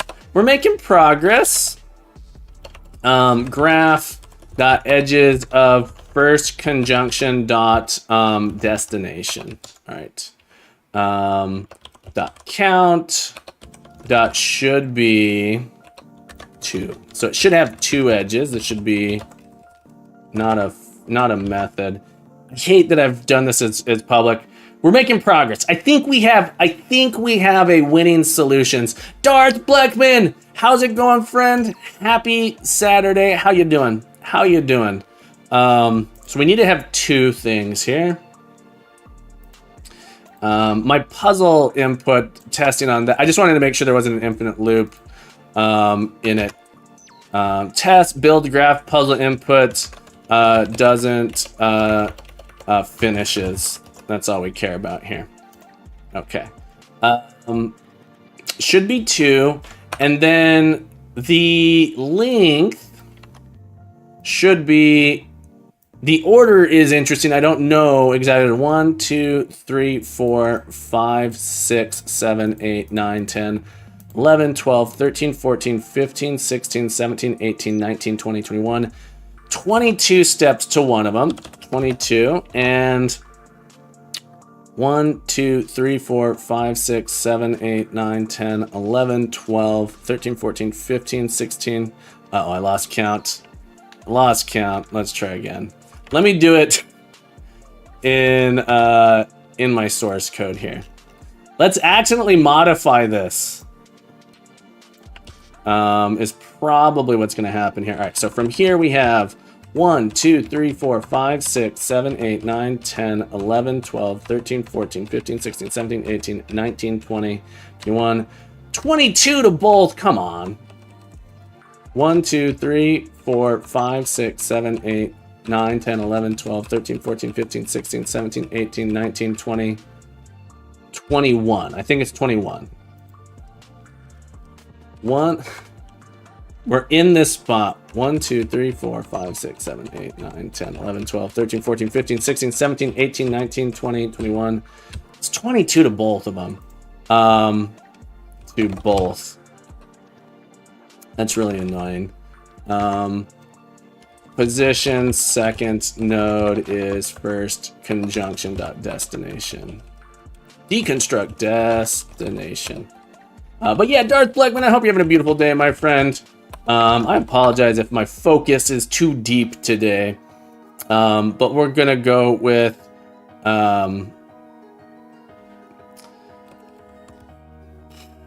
just some sanity here. It's like it must be deliberate. Yes, ma'am, it totally is deliberate here. It's totally deliberate here. Dot length should be 22, and this should also be 22. It just makes my test feel a little bit less. I feel pretty confident if this works out. Okay. I feel pretty confident that we've built a valid graph. I have a lot of confidence here. We're going to take a quick break.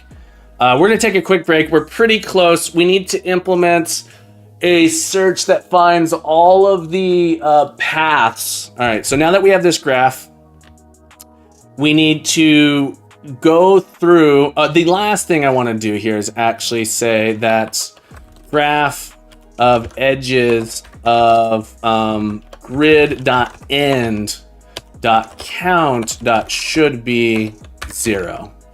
This should have, when we get to the end, we should have no outs when we get to the end.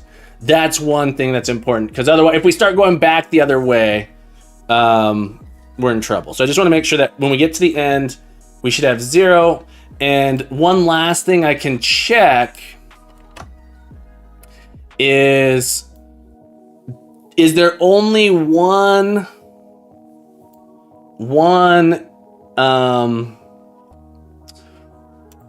set here that gets to the exit. All right, so once we're at this node, we go to the exit. That's one thing I can check here, is we can find the path that goes there. I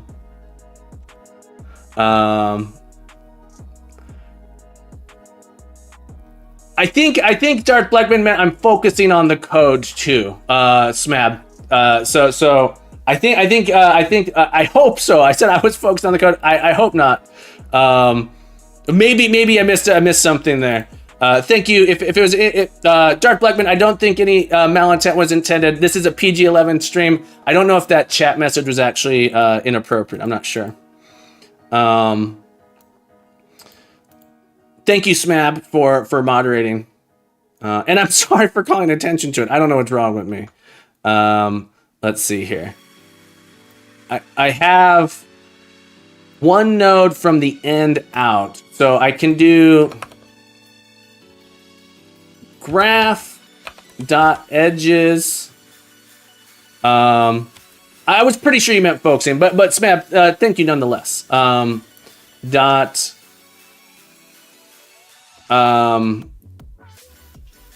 Values dot select.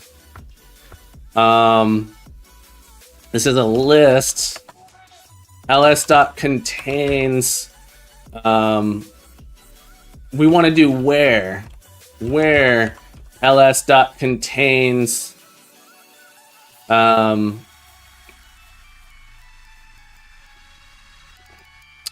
Their edges on the right side. So, and the length should be 1, 2, 3, 4, 5. We kind of got to do another ls.where. Edge.destination is equal to grid.end here. .count. Why am I struggling with this?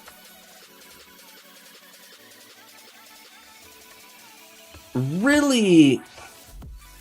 We have a list. List dot. We have an edge. All right. Value is edge. Goes to edge. Dot.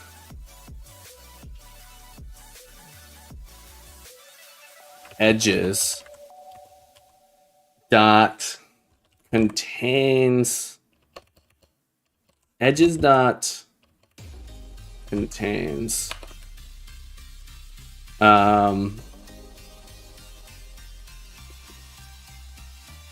Edges dot contains.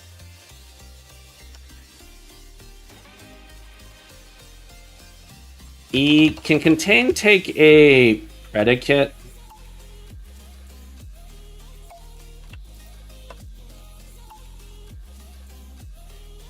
I'm gonna try. I want to pass in a predicate here.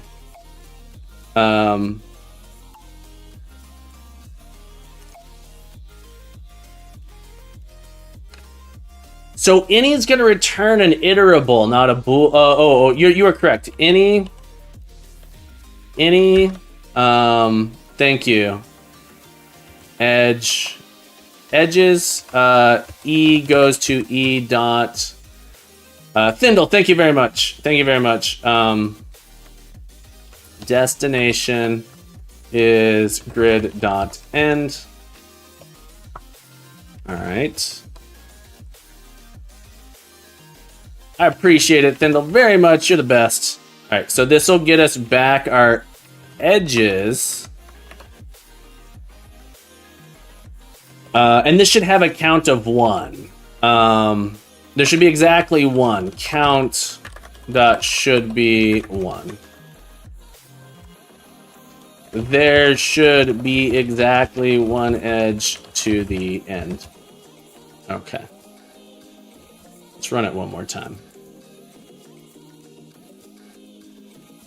It's what I do. I troll and I know things. Okay, so I'm feeling pretty confident that we got the graph built here. I got to take a quick break. We've been going for almost 2 hours. I'm going to get myself another bean water. I'm going to get myself another coffee. When we come back, we're going to do a couple stretches. I feel I don't... The reference sounds so familiar. It's something and I know things. Anyway, I feel free to drop the reference in there so we can remember. We'll be back to finish part 1 up. Hopefully we'll get to part 2. Hopefully we have something that's going to work here. Folks, don't go anywhere. The captain will return. Hang tight. I'll be back.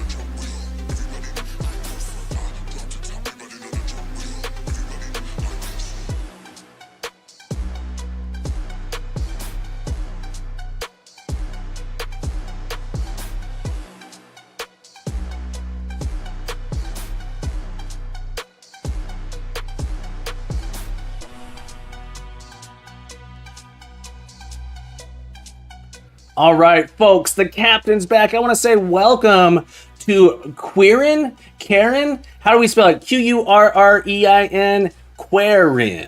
Quarian. Let me know how we pronounce that. Happy Saturday. Hope you have a beautiful day.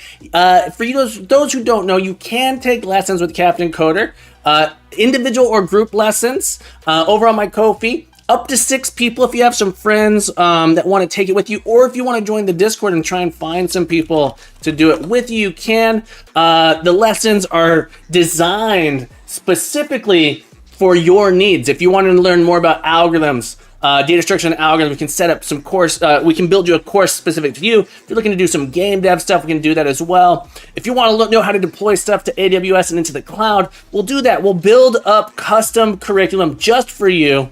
I have so much fun doing it too. If you don't know, I'm a full-time teacher. My job, my Captain Coder's job is being a teacher, folks.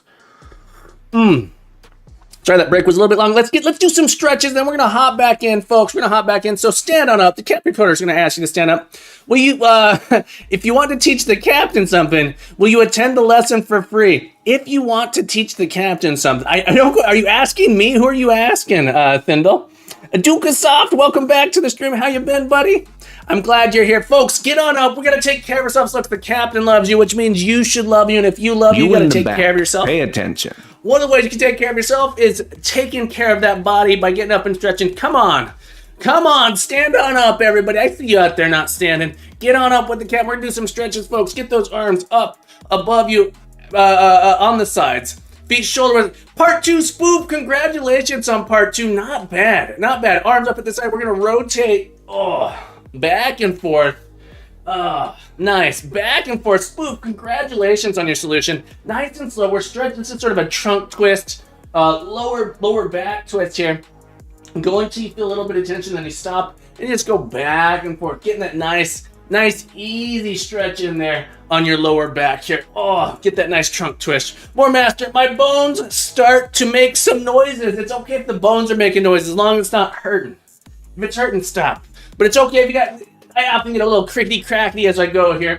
Check it out. All right, hands up. Now we're gonna lean to the side, back and forth. You built a dense graph first. There's no coordinate lookup in my DFS. Yeah, I have a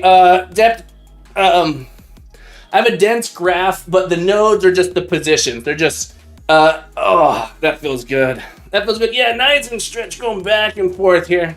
Back and forth. That feels good. That feels good. All right, folks, let's do some shoulder rolls. You know I like my shoulder rolls. Take those shoulders, move them up, back, and down. And more, master, it's nice to have you here. Let's go 1, 2, 3, 4. Add the elbows. 2, 3, 4. Full arms. 2, 3, 4. Roll them forward. 2, 3, 4. Add the elbows. 2, 3, 4. Full arms. 2, 3, 4. Shake it out, folks. Shake it out. Did you shake it out? Are you shaking it out? Shake, shake, shake it out. Beautiful day, folks. That bean water is good. Just some nice little stretches in there. Thank you guys so much for joining me. Points at all. For joining me, 100 bonus points to all you beautiful people. Thank you so much for joining me. Nick, you left yours running for 2.5 hours. It's not done. Did you do it's making me nervous.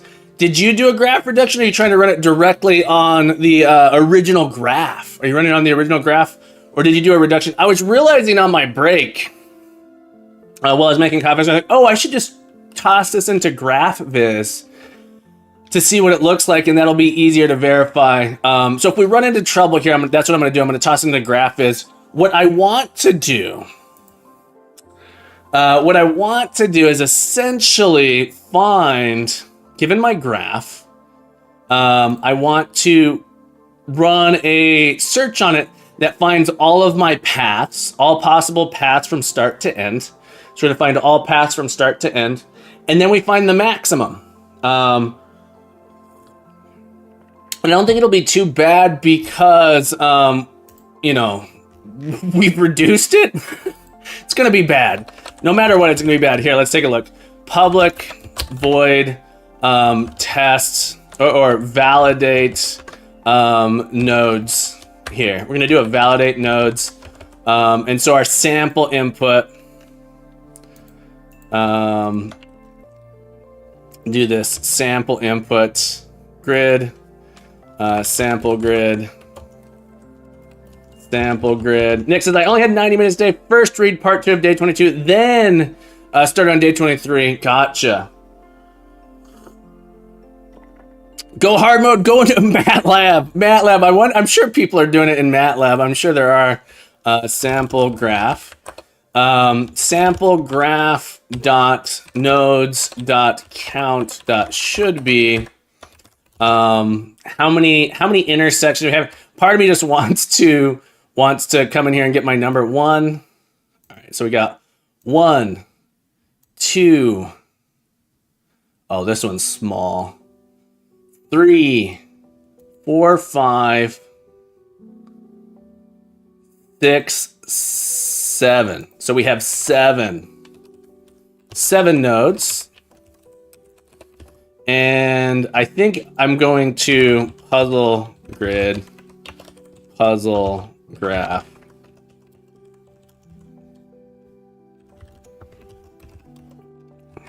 Puzzle input. I'm going to let this one fail and just assume I'm going to let it fail and put the number in there. And I'm hoping it's pretty small. Here's the thing. I'm hoping it's pretty small. I honestly could probably do a search for dot this 58. Looks like we're going to have about 58. At 58 or fewer.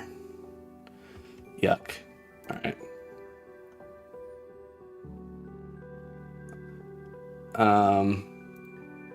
Should be 7, but was 9. I just am bad at counting, apparently. Let's make sure that's true. Oh, plus our start and end. Plus our start and end. Okay, so 7 plus 2 is 9. Okay. So I didn't count my ends, so it should be 9. That makes sense. Let's see how many are in our puzzle graph.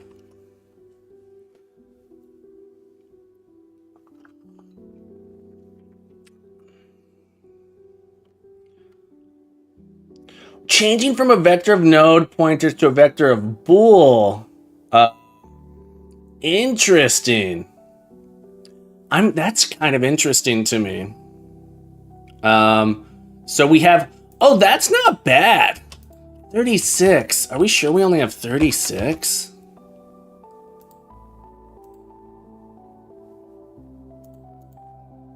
When I do a search for dot arrow, I get 58. Are there any?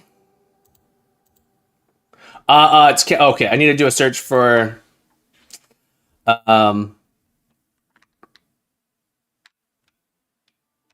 I do this, I get 24. And it's harder to search for the ones that go down. Okay, so there are what's interesting to me. All right, I'm gonna trust that we have 36. All right, so we have 36 nodes in our graph, which should hopefully be a small enough problem. So we got to find all possible solutions. So my plan is to find all paths from start to finish. All right. Find all paths from start to finish. So we're going to do a public IEnumerable of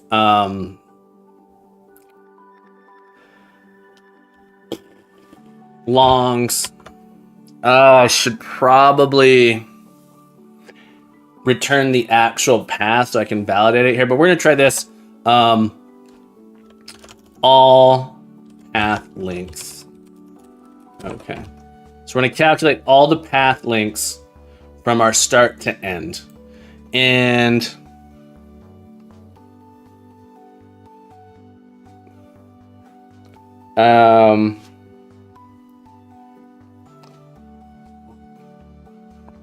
we need to find the maximum.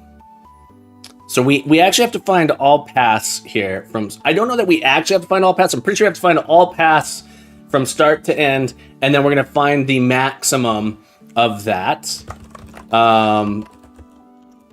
So my idea is that for part one, I construct my grid and graph. Do I still have that? Grid equals grid.parse inputs. Graph equals graph.build from a grid. And I do graph.allpathlinks.max.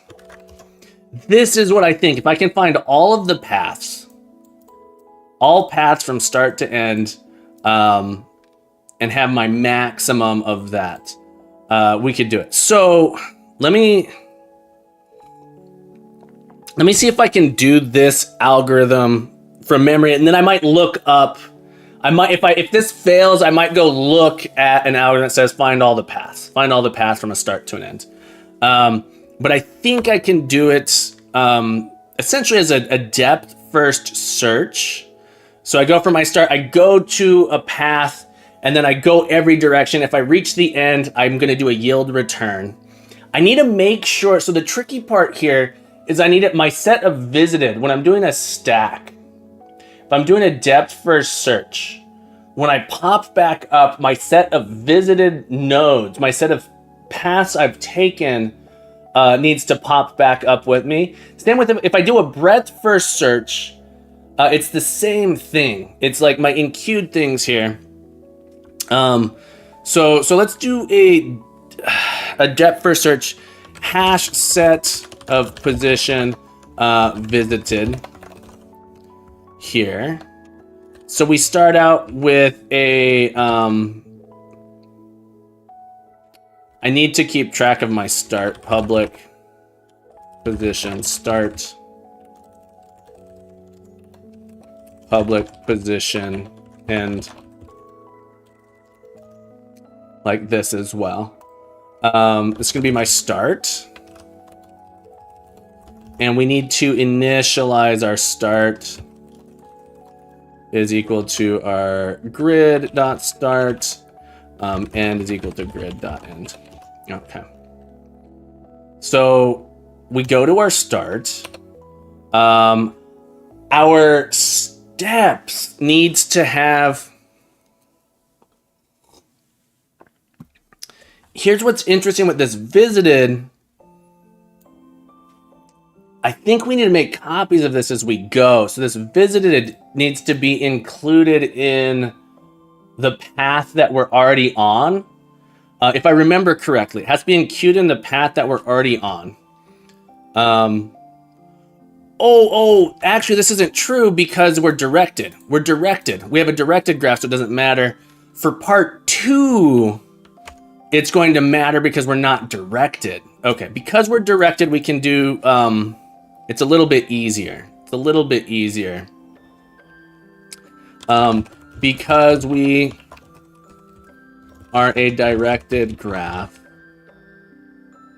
I think we can have a shared visited. We can have a shared visited for part one. I believe this is the case. We're gonna do I'll do it as a stack this time. Stack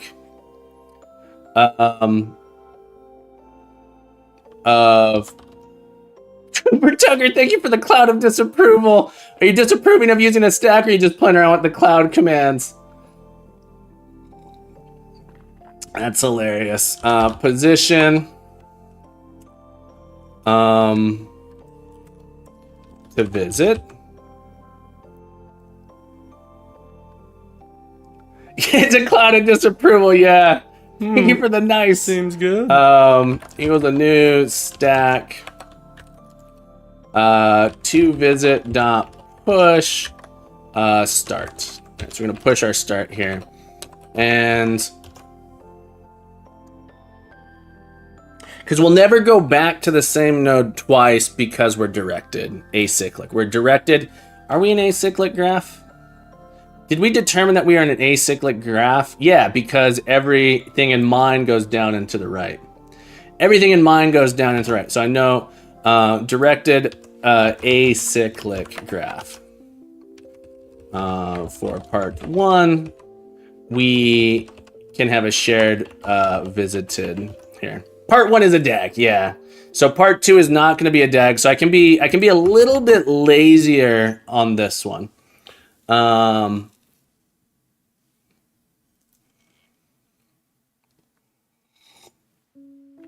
Are we sure that doesn't prove it, Spoof? I'm pretty sure it does. Oh, I guess I could have, yeah, no, every conjunction I have to go down or to the right. So I'll never go left and I'll never go up. I know that there are no spots in my graph where I have 3 single dots next to each other. We proved that. Or we asserted that and then validated that was true. So every conjunction always goes down and to the right. So you should never get to a junction that brings you to a previous spot in your graph. In my input, some people have an up. Some people have an up. But I have no ups in mine. I need to stop touching this file.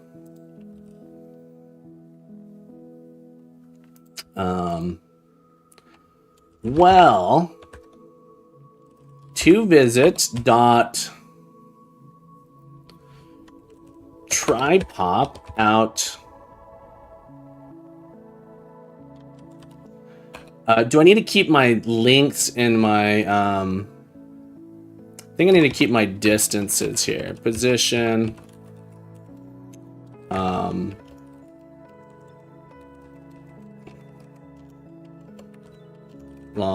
steps.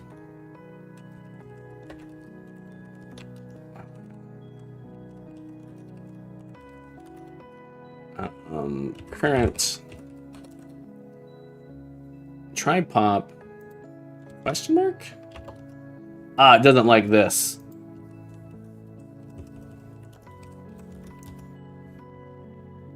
What don't you like? Try pop.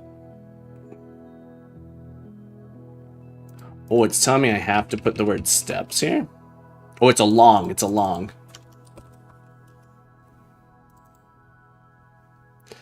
And then we can do the following where I will say, I'm going to do next here. Next. Current steps. Okay. So once again, we're going to say it's essentially this procedure. We're going to say if current is equal to end,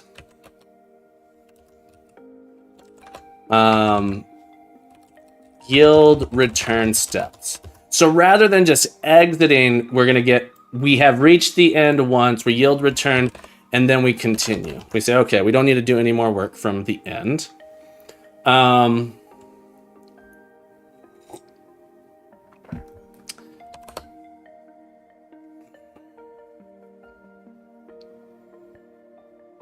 Otherwise, we do need to get all of our neighbors.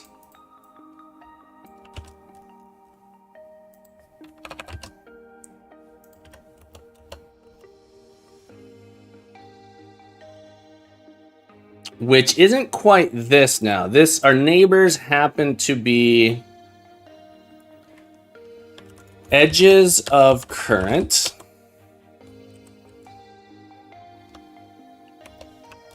For each edge, edge.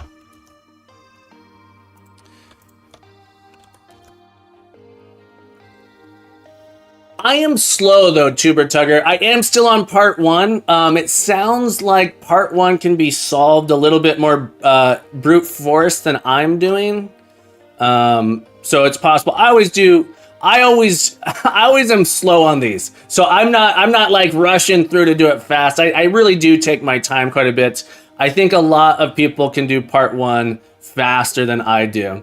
But it won't prepare you for part 2. Gotcha. Yeah, so I kind of figured out that what the next part is already. Thindle, my solutions for part 1 are not typically very elegant and efficient, but I appreciate the compliment. I appreciate the compliment. So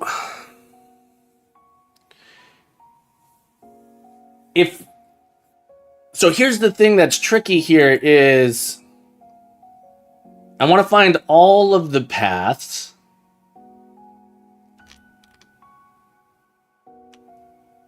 I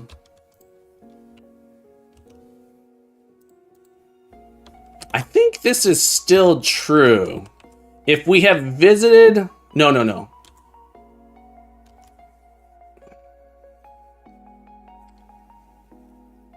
We can't repeat a position. Hang on. Let me think about... We're going to enqueue dot push. Do I need to keep track of my visited again? I think I need to push a set of visited nodes down with this. I think we need to keep track of our visited stuff as we're going down.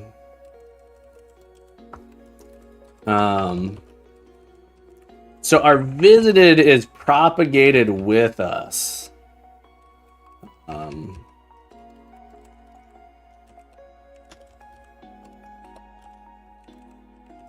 Visited does start with start in there. Start. Hash set of position. Okay. Visited. So it's the ones that we have visited on this particular path. A dictionary of dictionaries, oh no! Smab, if you can't solve the problem with one dictionary, you can probably do it with 2. That's the solution. That's the part I couldn't figure out efficient with that recursion. I had to copy the visited set with each step. Yeah.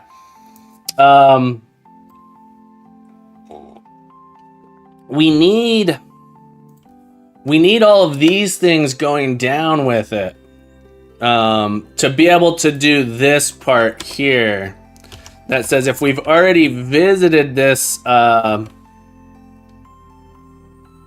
edge.destination, don't go here again. But it's only for this traversal. It's only for this traversal here. And so for each of our edges,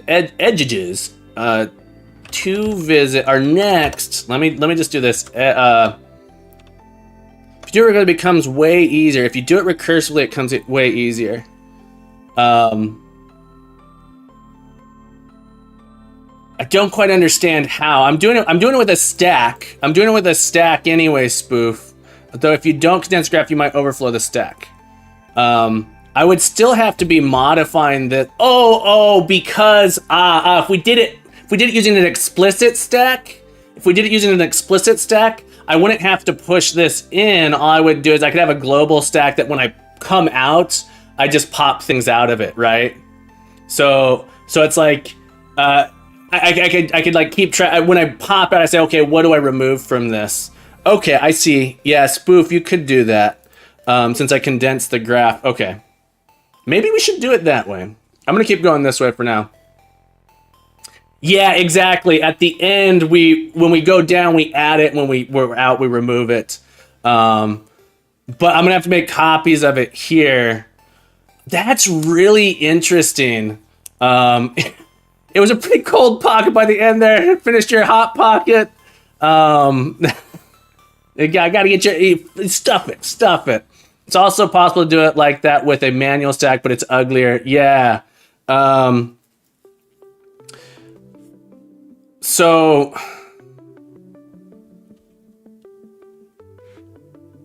visited. We need to construct our new visited hash set.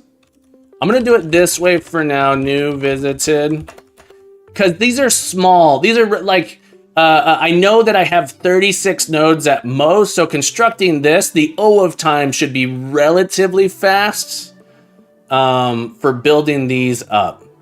So it's going to be visited dot add with. Is there an add append? Yeah. So the append. I could also just do a copy to hash set here. This is what I'll do just to make sure. We're going to copy the hash set. New visited dot add in edge dot destination.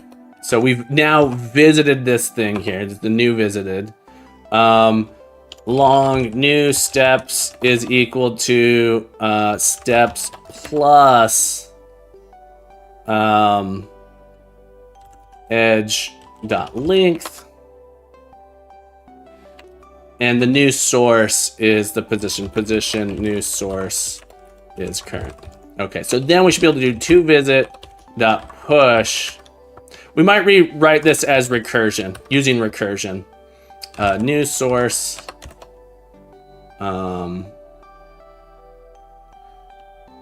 New steps, new visited. Okay. All right. Let's .NET. Oh, I haven't even written this test yet. I usually write that first. I haven't written this in here.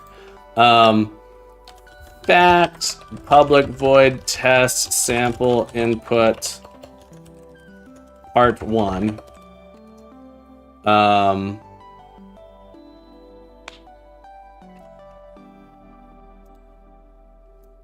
can't share this.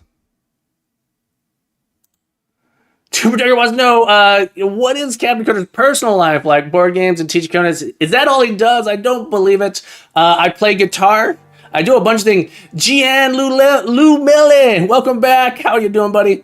I do a lot of fun things in my free time. I'm hoping to build an arcade machine this summer. I play guitar. I like to go hiking. I don't play video games that much during the school year, but I do play video game. I love Tetris.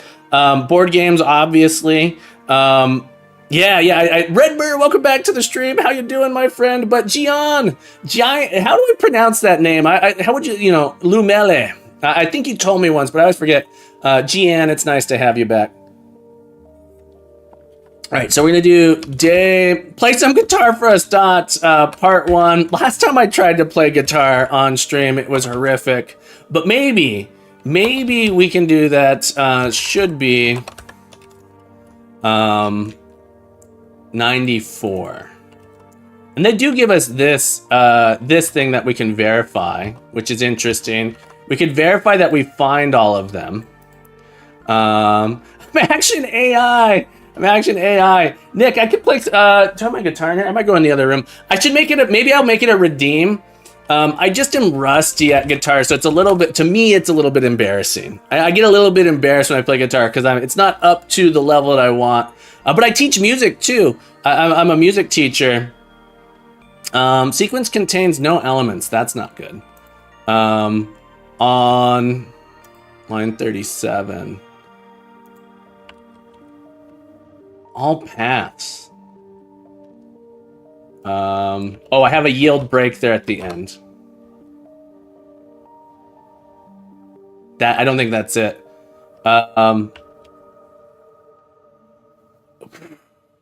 That's rough.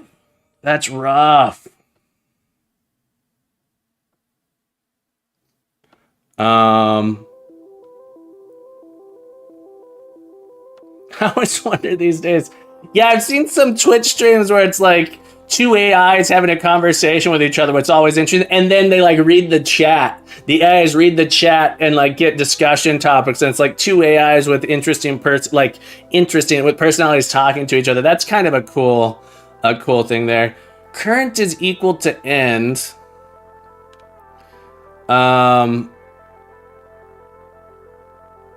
Position. Sorry. I did this part wrong. Edge dot destination.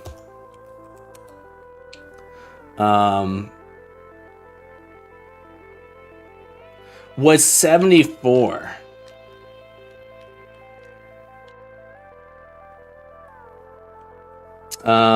Interesting. Let's get all path links here. Fact, public void, test all path links.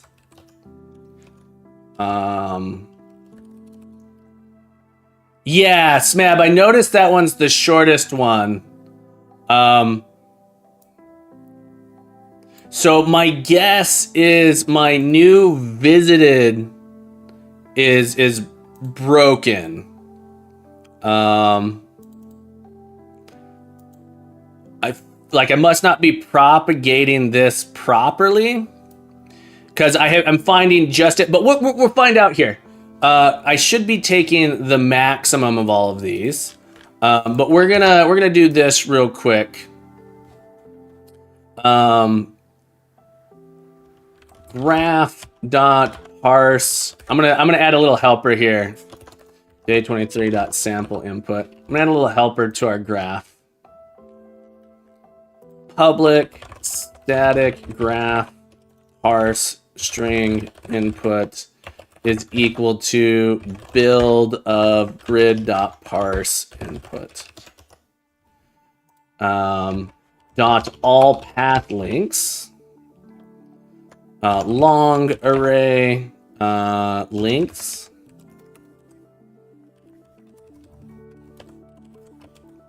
And then length dot should links dot count length dot should be.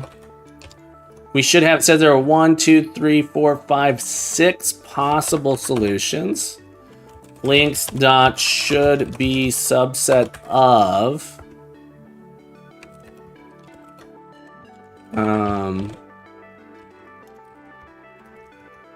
and then make sure we have this 94, 90, 86, 82, 82, and 74. So there's two 82s in there, which is interesting.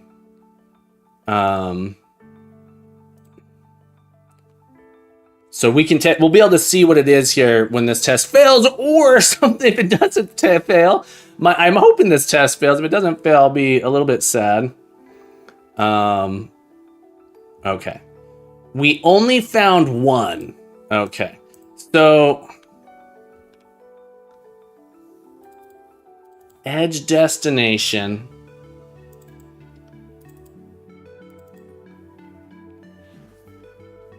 Oh.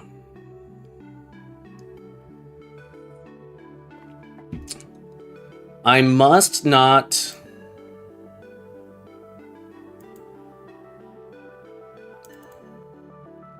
The only thing I can think is,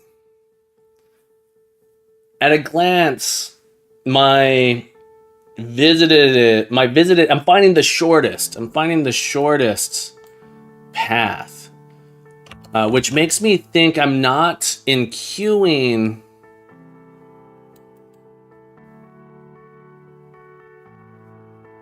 Short Kings Unite.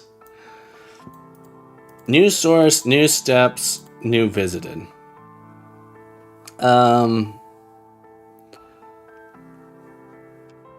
It's just we're only getting the first one.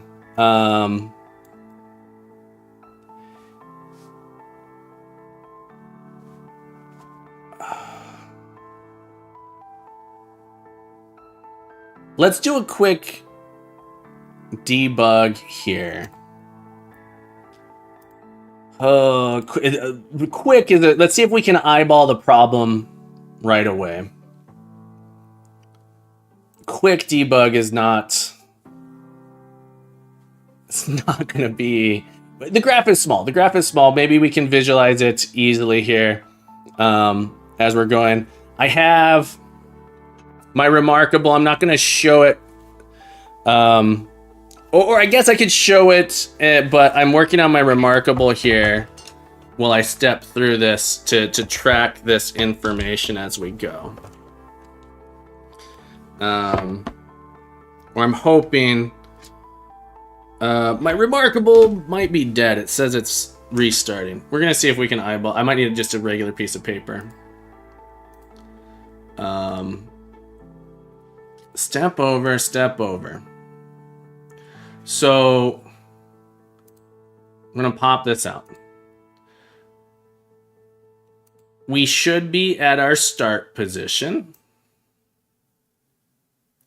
Current is our start position. We've only visited the start. We are not the end. I'm gonna zoom out here. Sorry for the small font. Oh, I'm on my face cam. Come back to here. Sorry about that, folks. We are not at the end. Our edge is here. We should have one edge.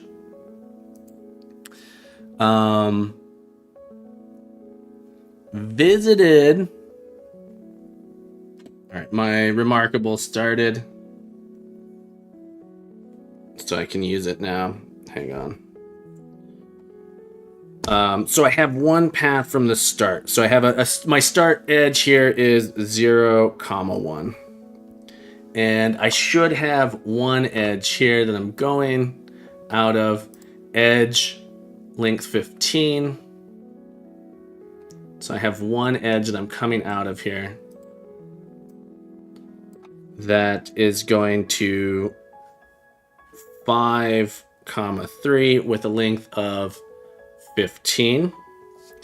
And my stack is currently empty, but I'm about to add in some information to it. I want to make sure new visited and visited are separate entities. Notice my visited and update, because that would cause a problem. New steps is 15. New source or new current, I'm not sure exactly. So new source is that, and then we add it to visit. All right, so let me keep a track of visit here. Visit currently has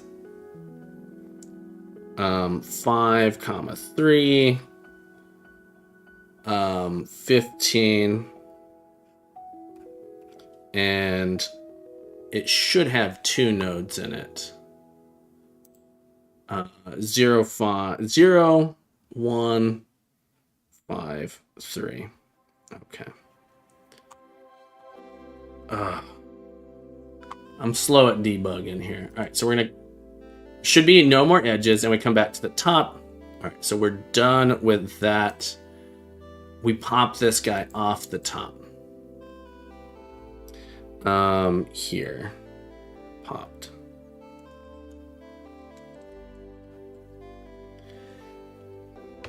And current is 5,3. It's not the end. We're gonna find an edge here. So we have a new edge to 311. 311, 22.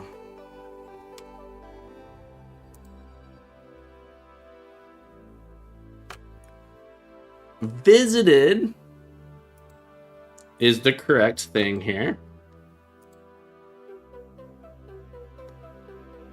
We create a new visited, new edges, new steps here.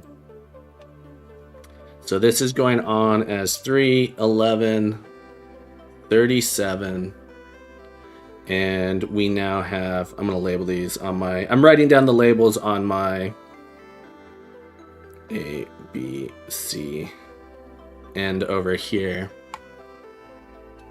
A, B, C. And then we should come here. We're using the old visited, new visited. We have a new edge to 13, comma 5.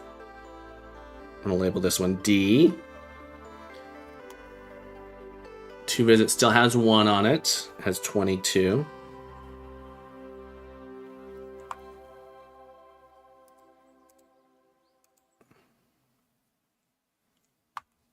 New visited has 5, 3, 13, 5. Yes. So we end up with another one that's 13. I was really hoping to see the bug immediately here. 37. And then this is A, B, D. So we are copying it.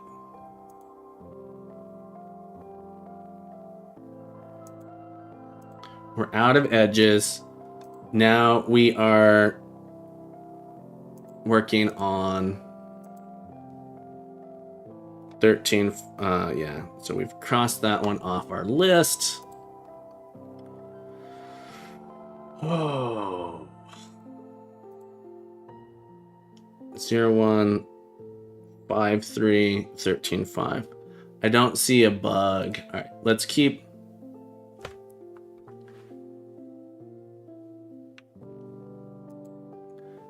When we start going back, we'll see what happens when we start going back. All right, so this should hopefully not be too much longer here. Our new edge is going to 13, 13.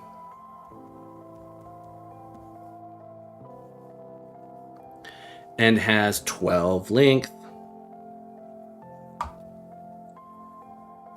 going to label that E.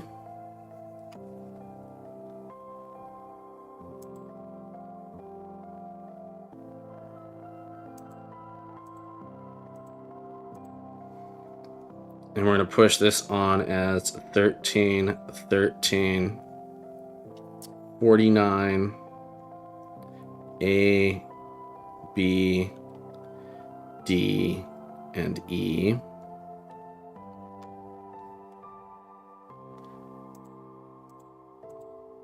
All right, that was the only edge from that one. Hang on.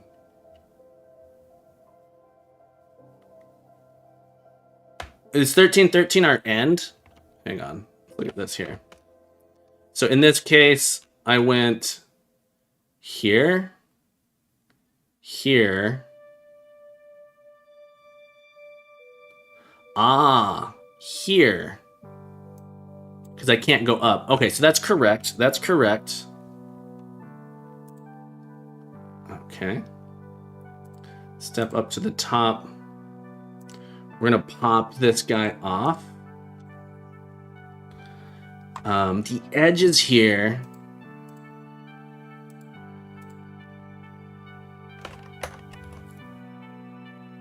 We're going to end up here. So we should have one edge again. So our edge, 19, 13. And I believe that's our exit. Oh, no. This is here. It's not quite our exit, but it's going to be the last one. 19, 13, 10. Okay, 19, 13. Our new total is 59. A, B, C, D, E, F. And we have A, B, D, E, and F here.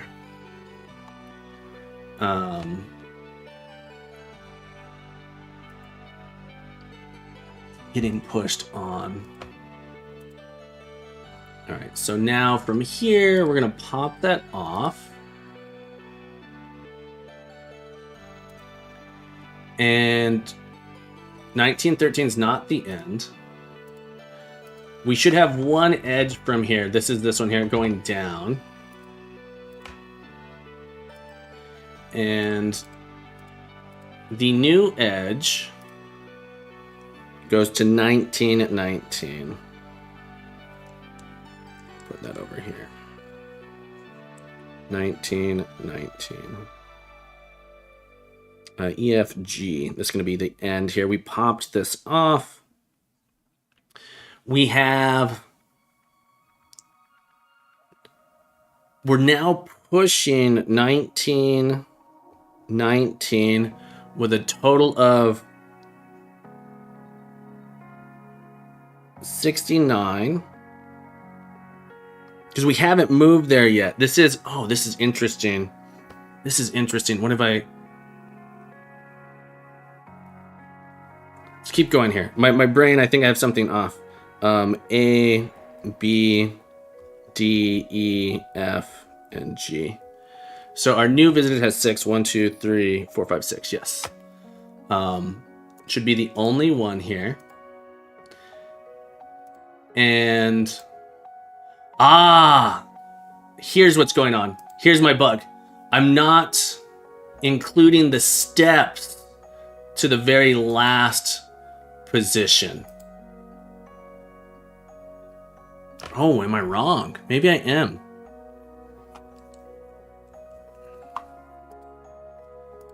Hang on.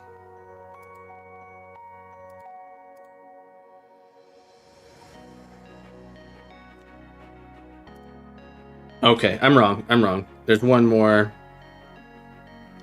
position here, 22, 21, E, F, G, H. I'm wrong, I thought I had it.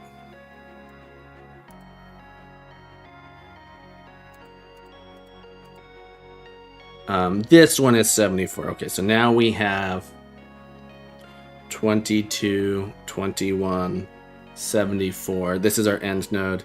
And now we have A, B, D, E, F, G, H. And there, when we pop this off,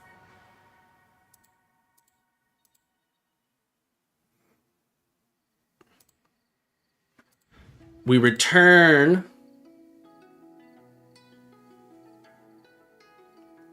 that portion. Why does it stop there? Yield return shouldn't stop.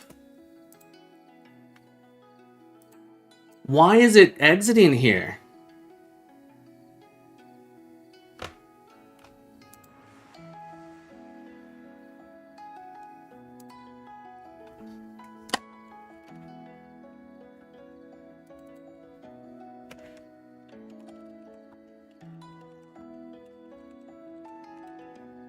For some reason, it's list long paths. Grumpy Game Dev, it's been a while. So nice to have you with us. How the heck have you been, my friend? Thank you for popping in. It's great to see you. It's great to see you. And then we'll return. Why was my yield? Let's run this again. I hope you've been having a wonderful time. No worries for reasons. No worries for reasons. Oh, am I gonna have an infinite loop now?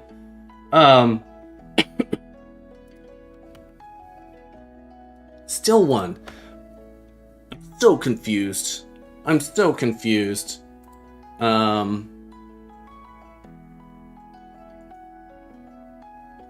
Ryan, welcome back to the stream.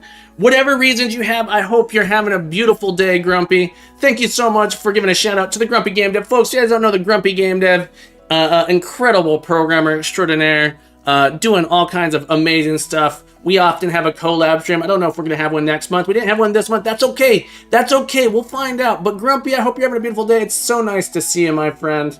And thank you so much for keeping Mo on stream for us. And Ryan, it's nice to see you. We're working on day 23 of Advent of Code, and I'm struggling here. This is crazy. This is driving me crazy here. It's exiting my loop early for some reason that I don't understand. All right, let's try. I want to put a debug here.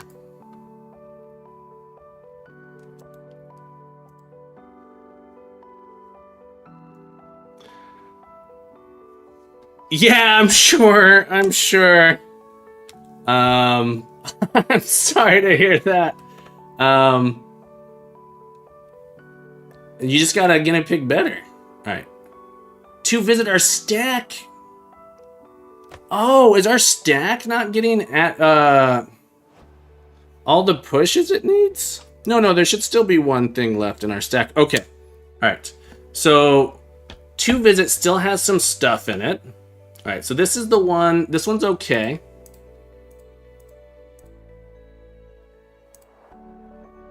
And we go, okay, we're back at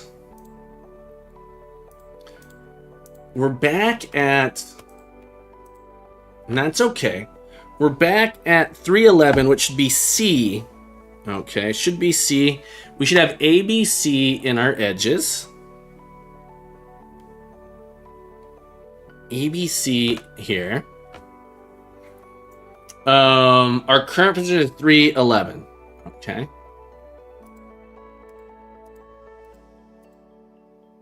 And then the edge that we found goes to 1121. 1121. 1121. A, B, C, D, F, G, H, I. 1121 is not in our visited, so we should build up a new visited. Okay, so now we have 1121 here. 67 and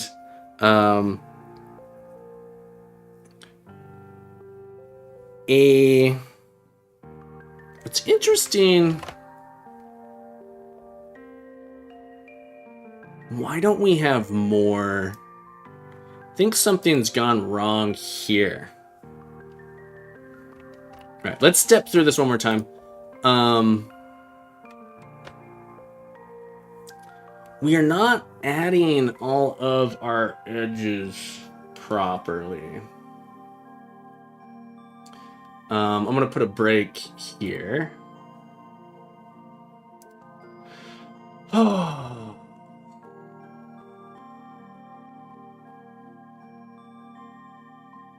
1, 2, 3, 4, 5, 6, 7, 8, 9. Because I have all my 9 in here now. This one should have 2. That one got added properly. This one should also have 2. When we go south to 13.5, we should have 1 to 13.13. But for some reason, we're not finding this one here. So my graph is not... I'm not building my graph correctly is what it looks like. Let's do a thing here. Edge. List of edges. Just so I can see what the edges I should be looking at are.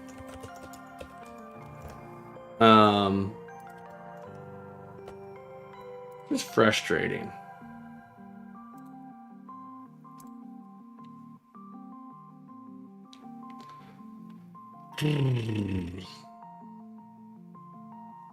Let's try again. So we are at 0, 1.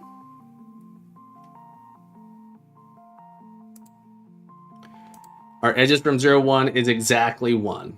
All right, let's continue. So we should add that 1 in there and pop it out. We are now at 5, 3. We should get 2 edges. Okay, we have 2 edges. And we're going to add those in here to our... And we're going to pop 1 off. So our 2 visit has 1. We're visiting 13.5. 13.5 should have 2 edges as well. But I'm getting 1. So I'm building my graph incorrectly. My graph is getting built incorrectly. Which is disappointing. All right. I got to take a quick break, folks. We're going to take a quick break. We'll be back in just a minute to see if we can build this graph correctly. My build is incorrect. We're going to write a test for the incorrect build here. And then we'll be back. Ryan, thank you for the first number 11. Not bad. Not bad. Bonus points, folks. We'll be right back. Hang tight. We'll return.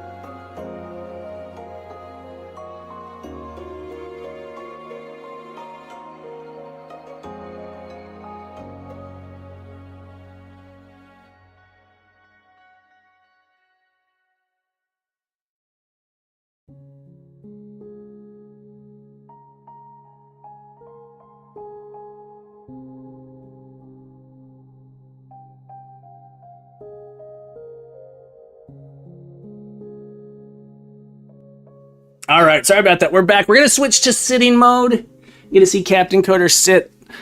Standing, I don't know if you guys noticed, but when I stand for a long time and I have like thoughts, I start getting a little bit jittery, which ends up hurting my lower back. So I'm gonna be sitting here. Yeah, so we're gonna think through this problem a little bit here. I have a bug in my graph. To validate my graph, I know that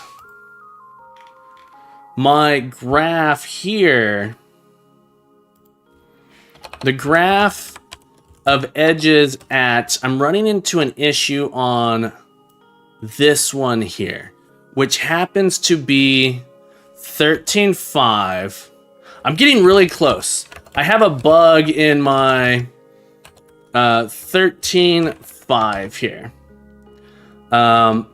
Dot length dot count dot should be 2. I think this will fail here now. We should fail right here. Otherwise, something very weird is going on. All right, so yeah, we fail here. So I'm not building my graph properly. Yeah, so I have something wrong in my build.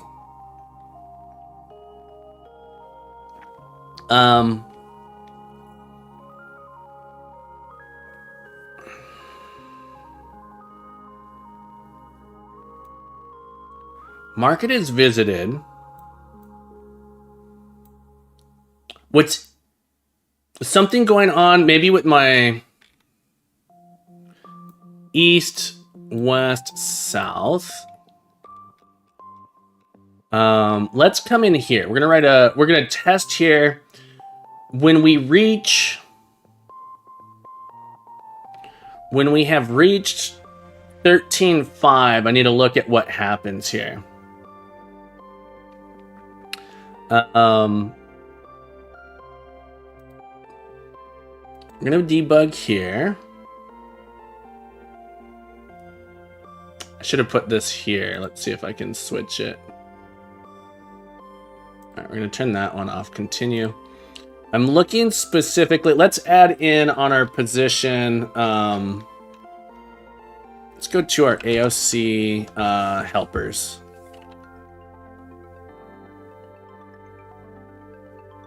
Oh, did I close that?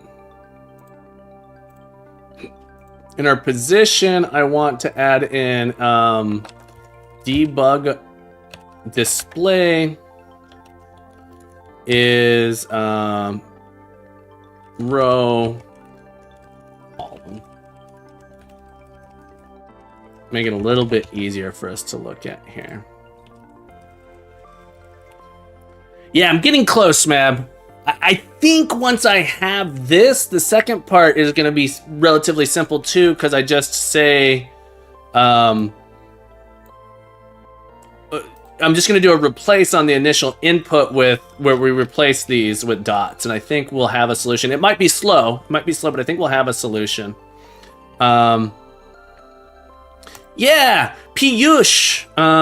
Let me get a link for you. I should totally make a link to it. Advent of Code 2023. Here's all of my solutions for this year. There you go. And welcome back to the stream. How the heck have you been? What have you been up to? I was actually really happy with my solution yesterday. After suffering early in the morning, my second attempt at it, I was really happy with how smooth it went.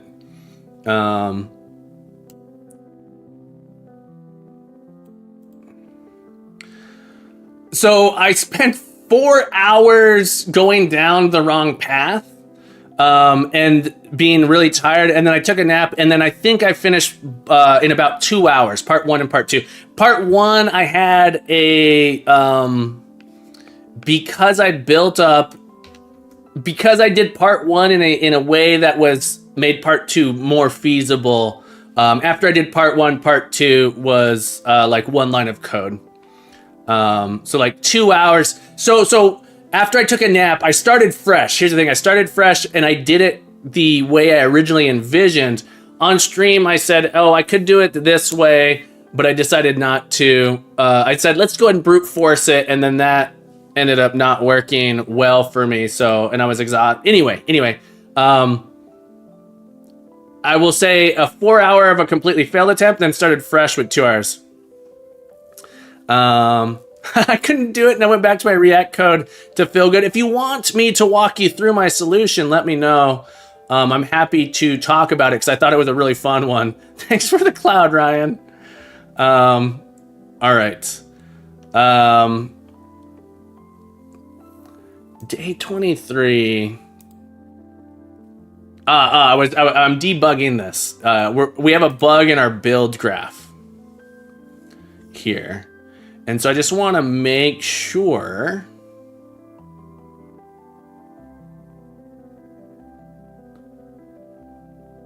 if nodes contains our current. Okay.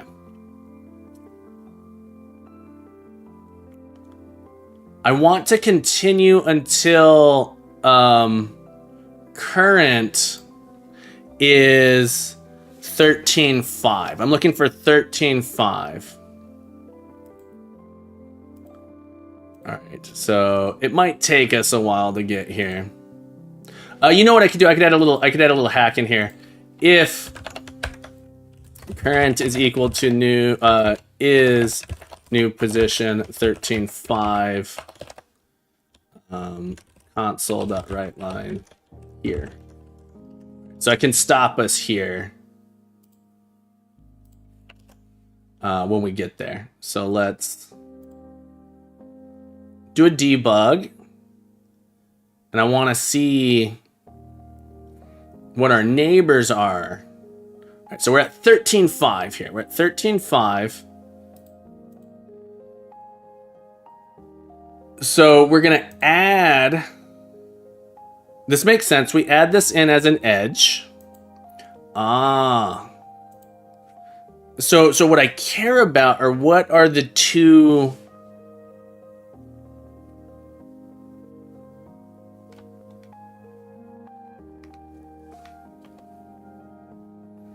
I must be doing something wrong here. We're doing a breadth first search.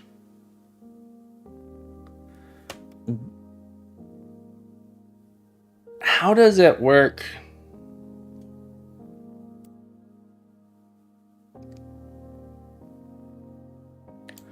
We should.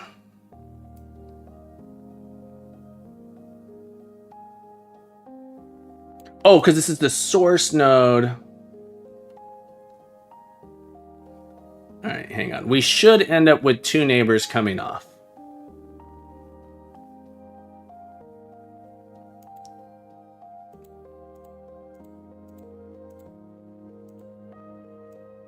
But we skip one. We end up skipping one here.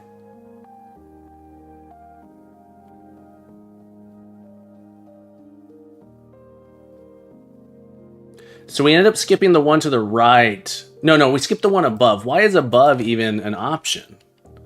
Above shouldn't even be an option. Unless I have my numbers wrong.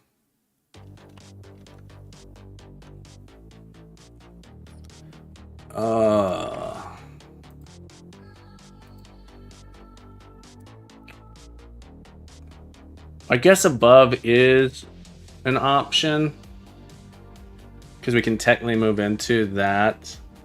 That's an interesting thought. So we have seen that one. That's okay. That one makes sense. So we have one. This is the position to the right. And this is the position down. So we do have two coming off of there. What are the two that are supposed to be our neighbors? So 13, 5, 14, 5 should go to 14, 13, and 20, 13, at least in your tests. Are you? Mine's 13, 5. Is this not 13, 5? Mine shows it goes to 13, 13. Do I have my numbers wrong somehow? And then if we go down, we should end up here. So I think what is happening, where'd my writing implement go? There it is. Okay, you added an extra number of rows. Gotcha. This should also go down to 1913. And it doesn't. And it's because we get here first from the top. And then we've visited. Yeah. So we end up not doing that one because we end up not enqueuing it again.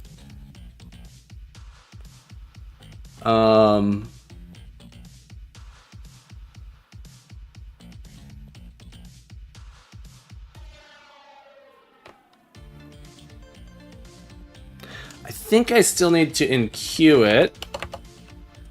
And up here,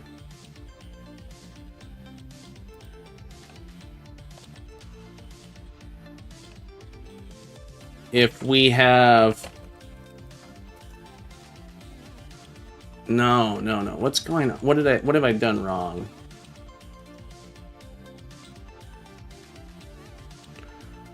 Do I need to have a different set of visited here as well? That doesn't make sense to me. Or is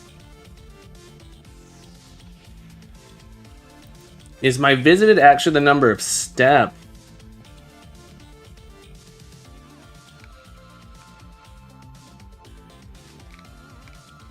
As well.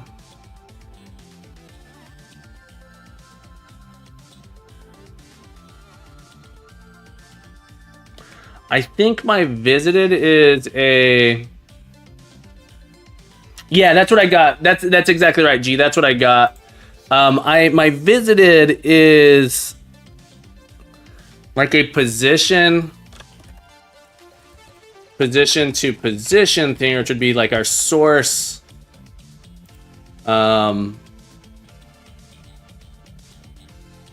This is our source and current. And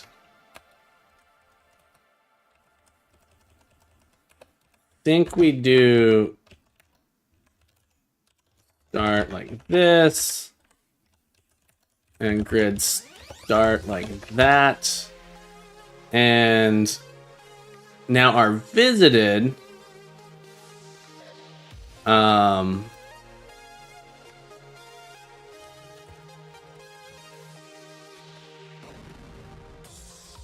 is this. Because we want to say, have we visited this position from a key node before? Also, Llama learns. Is it Llama or I-Emma? I can't tell if that's an L or an I because my font is terrible, but I'm going to go with Llama. Or is it Ask Me Anything learns? Llama. Oh, Llama. Llama learns lots of things. I want to thank you for following. Welcome to the crew today. I hope you're having a beautiful day. Happy Saturday to you. Oh, Llama learns. Thank you for following me. Thank you so much for the follow. And now let's check that our graph is built properly. It isn't. Where are we failing now? It's still getting, should be 2 here.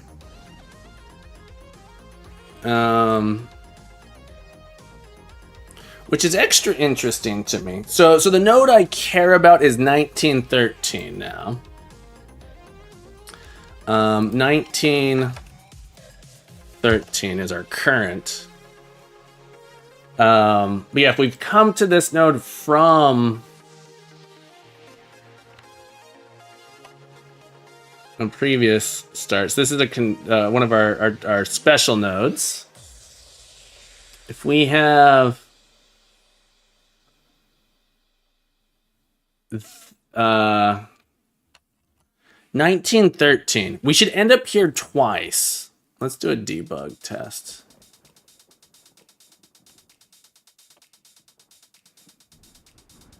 Yeah, so that's what I said. I think I marked the visited node improperly. The year was 1913. It's true. It's true, Ramolx. The year was 1913 many years ago. Many years ago, the year was 1913. All right, so we're at position 1913. We're coming from 1313. The situation gave me a headache, a bit of a bullet, and just trace the path from each node along each direction to the next node. No cues, and my brain can handle the complexity that way. Yeah, I'm having an issue here. Our visited.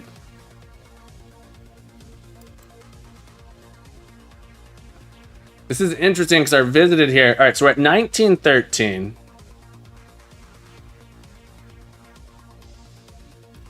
Let me see. How many do we contain?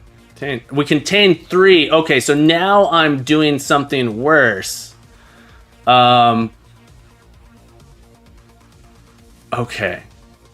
I'm adding too many.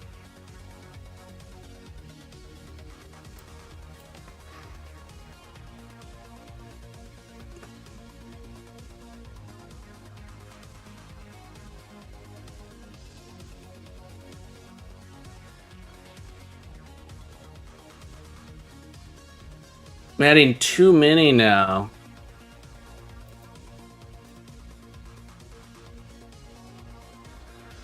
You trace the path and reset the park for tracing the next one. Yeah, I was thinking I might need to do something like that, because here I go. I'm 1.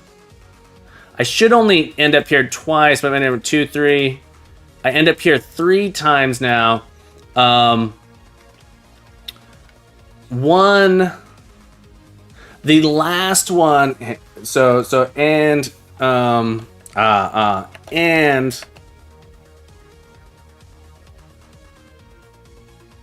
current is not equal to source. We're like stepping away from we have a new source. We're like building our cycles back in here. There we go. So we say ignore if we've been here before. Really, down here we shouldn't enqueue it if our source.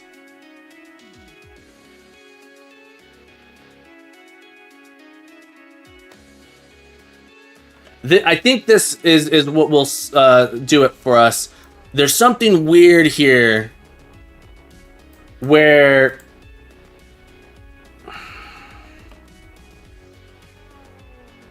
I'm going to add in back edges. Oh, I need this. I think this is correct. I'm gonna have an infinite loop. I shouldn't have done that. Come on. Don't give me an infinite loop. Okay. All right.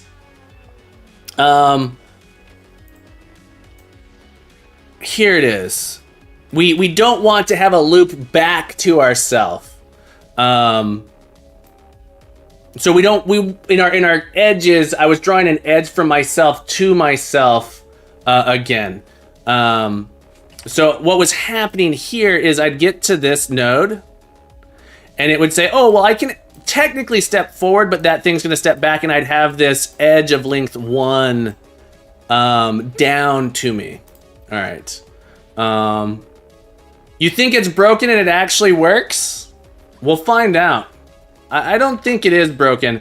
I think what was happening is I was sending... So from here, I can technically step away in this direction, but when I'm in this spot, I can only come back. So there's actually this edge here between these two that goes like this.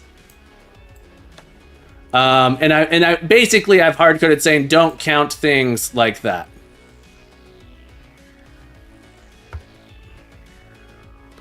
But we'll try on our input. Let me make sure my input is still the original, because I was fiddling in here.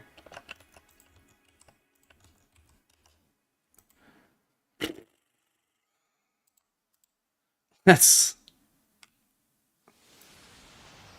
try a thing. Test puzzle input.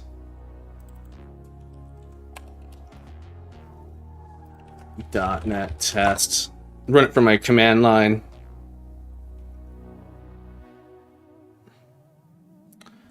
Let's try this number. Smab! I hope you're wrong. I hope you're wrong.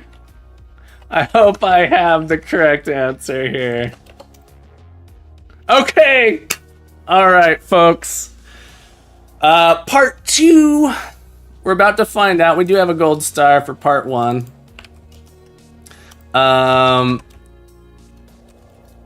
Let's do an ad here. Get ad.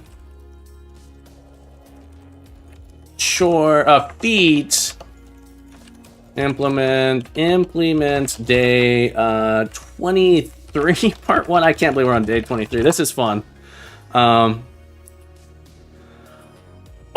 yeah.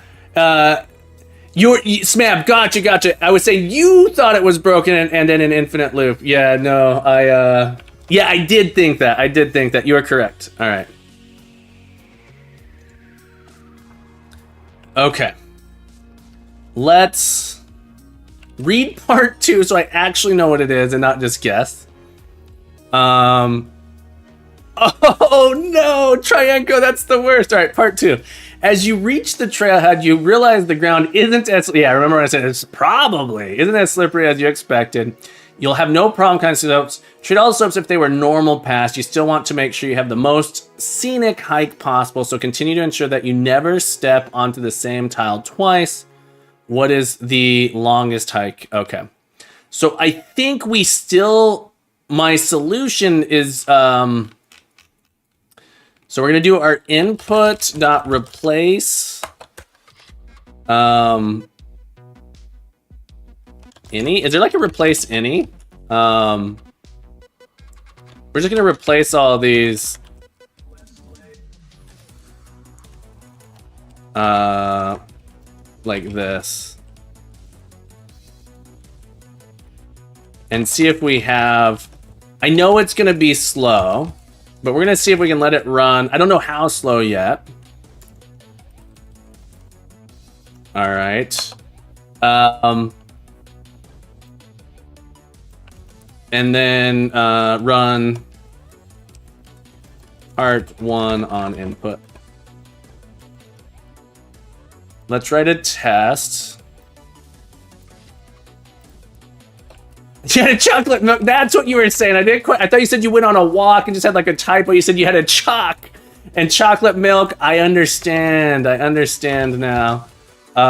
This should be 154.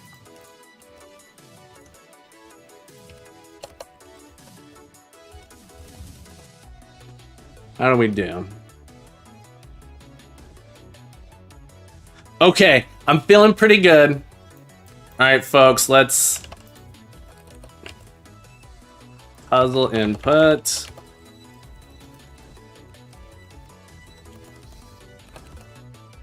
All right, let's do it. Hold on, cross your fingers, hold on to your butts. We're in for a treat, maybe. Come on, under a minute. Under a minute, we can do it. Oh boy. It's still running. Okay. All right. Felt like under a minute. Boom!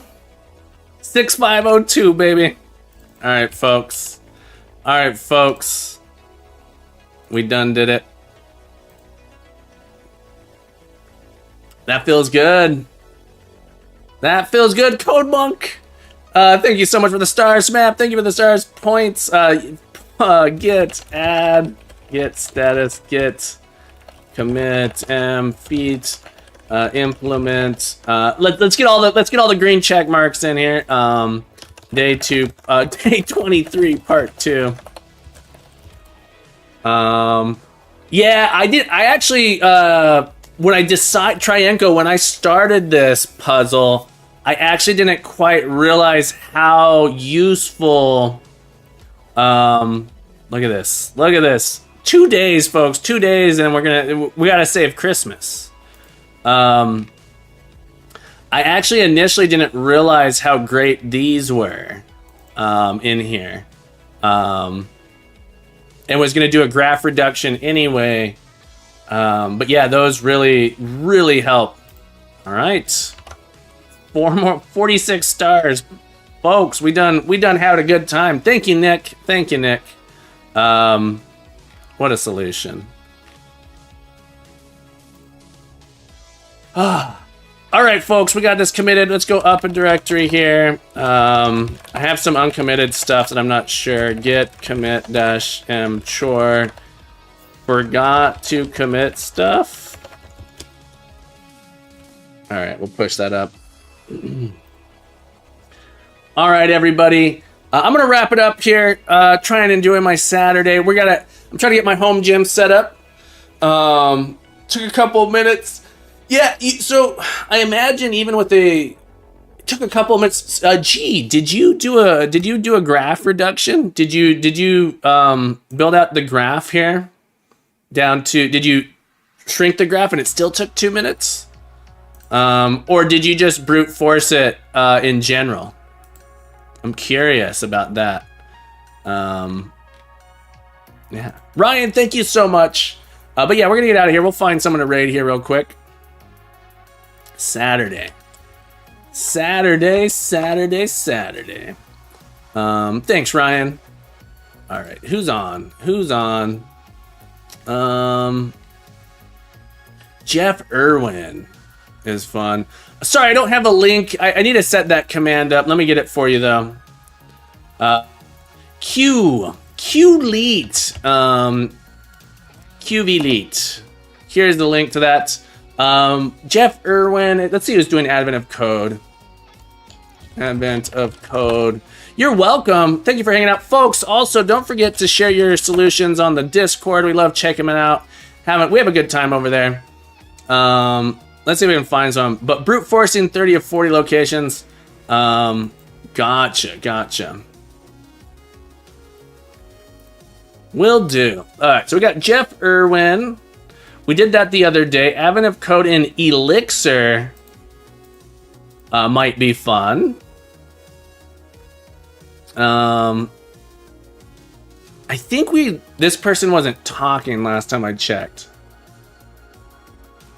Yeah, I don't think this person talks while they stream.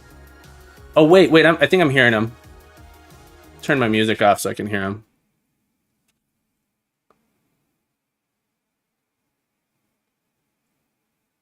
No, I don't think they're talking, so it's a little bit tricky to go to someone who doesn't talk. Ooh, 1UP is still going. 1UP time. How long are you going to be on, buddy? 1UP time is great. What are they working on? Let's give 1UP time a raid. Oh, they've been going for 10 hours. They're probably about to hop off. Thank you, G. Thank you, G. Merry Christmas to you as well. Merry Christmas to all. And to all a good day. We raided Jeff before. Anyone have some just suggestions for who to raid? 1UP time's probably gonna go sleep. We want to raid Mo? We could raid Mo. Bardaki. We haven't raided Bardaki in a long time. Yeah, let's go raid Bardaki. All right, folks. Thank you so much for hanging out with me. Let's raid Mo. That'd be the ultimate raid, right? Bardaki just started streaming, so let's give Bardaki a raid. Bardaki. All right, everyone. Remember, keep coding, keep growing, be the best you can be. Have a beautiful day, and you're welcome back anytime. We'll see you tomorrow for day 24. Take care. Bye-bye.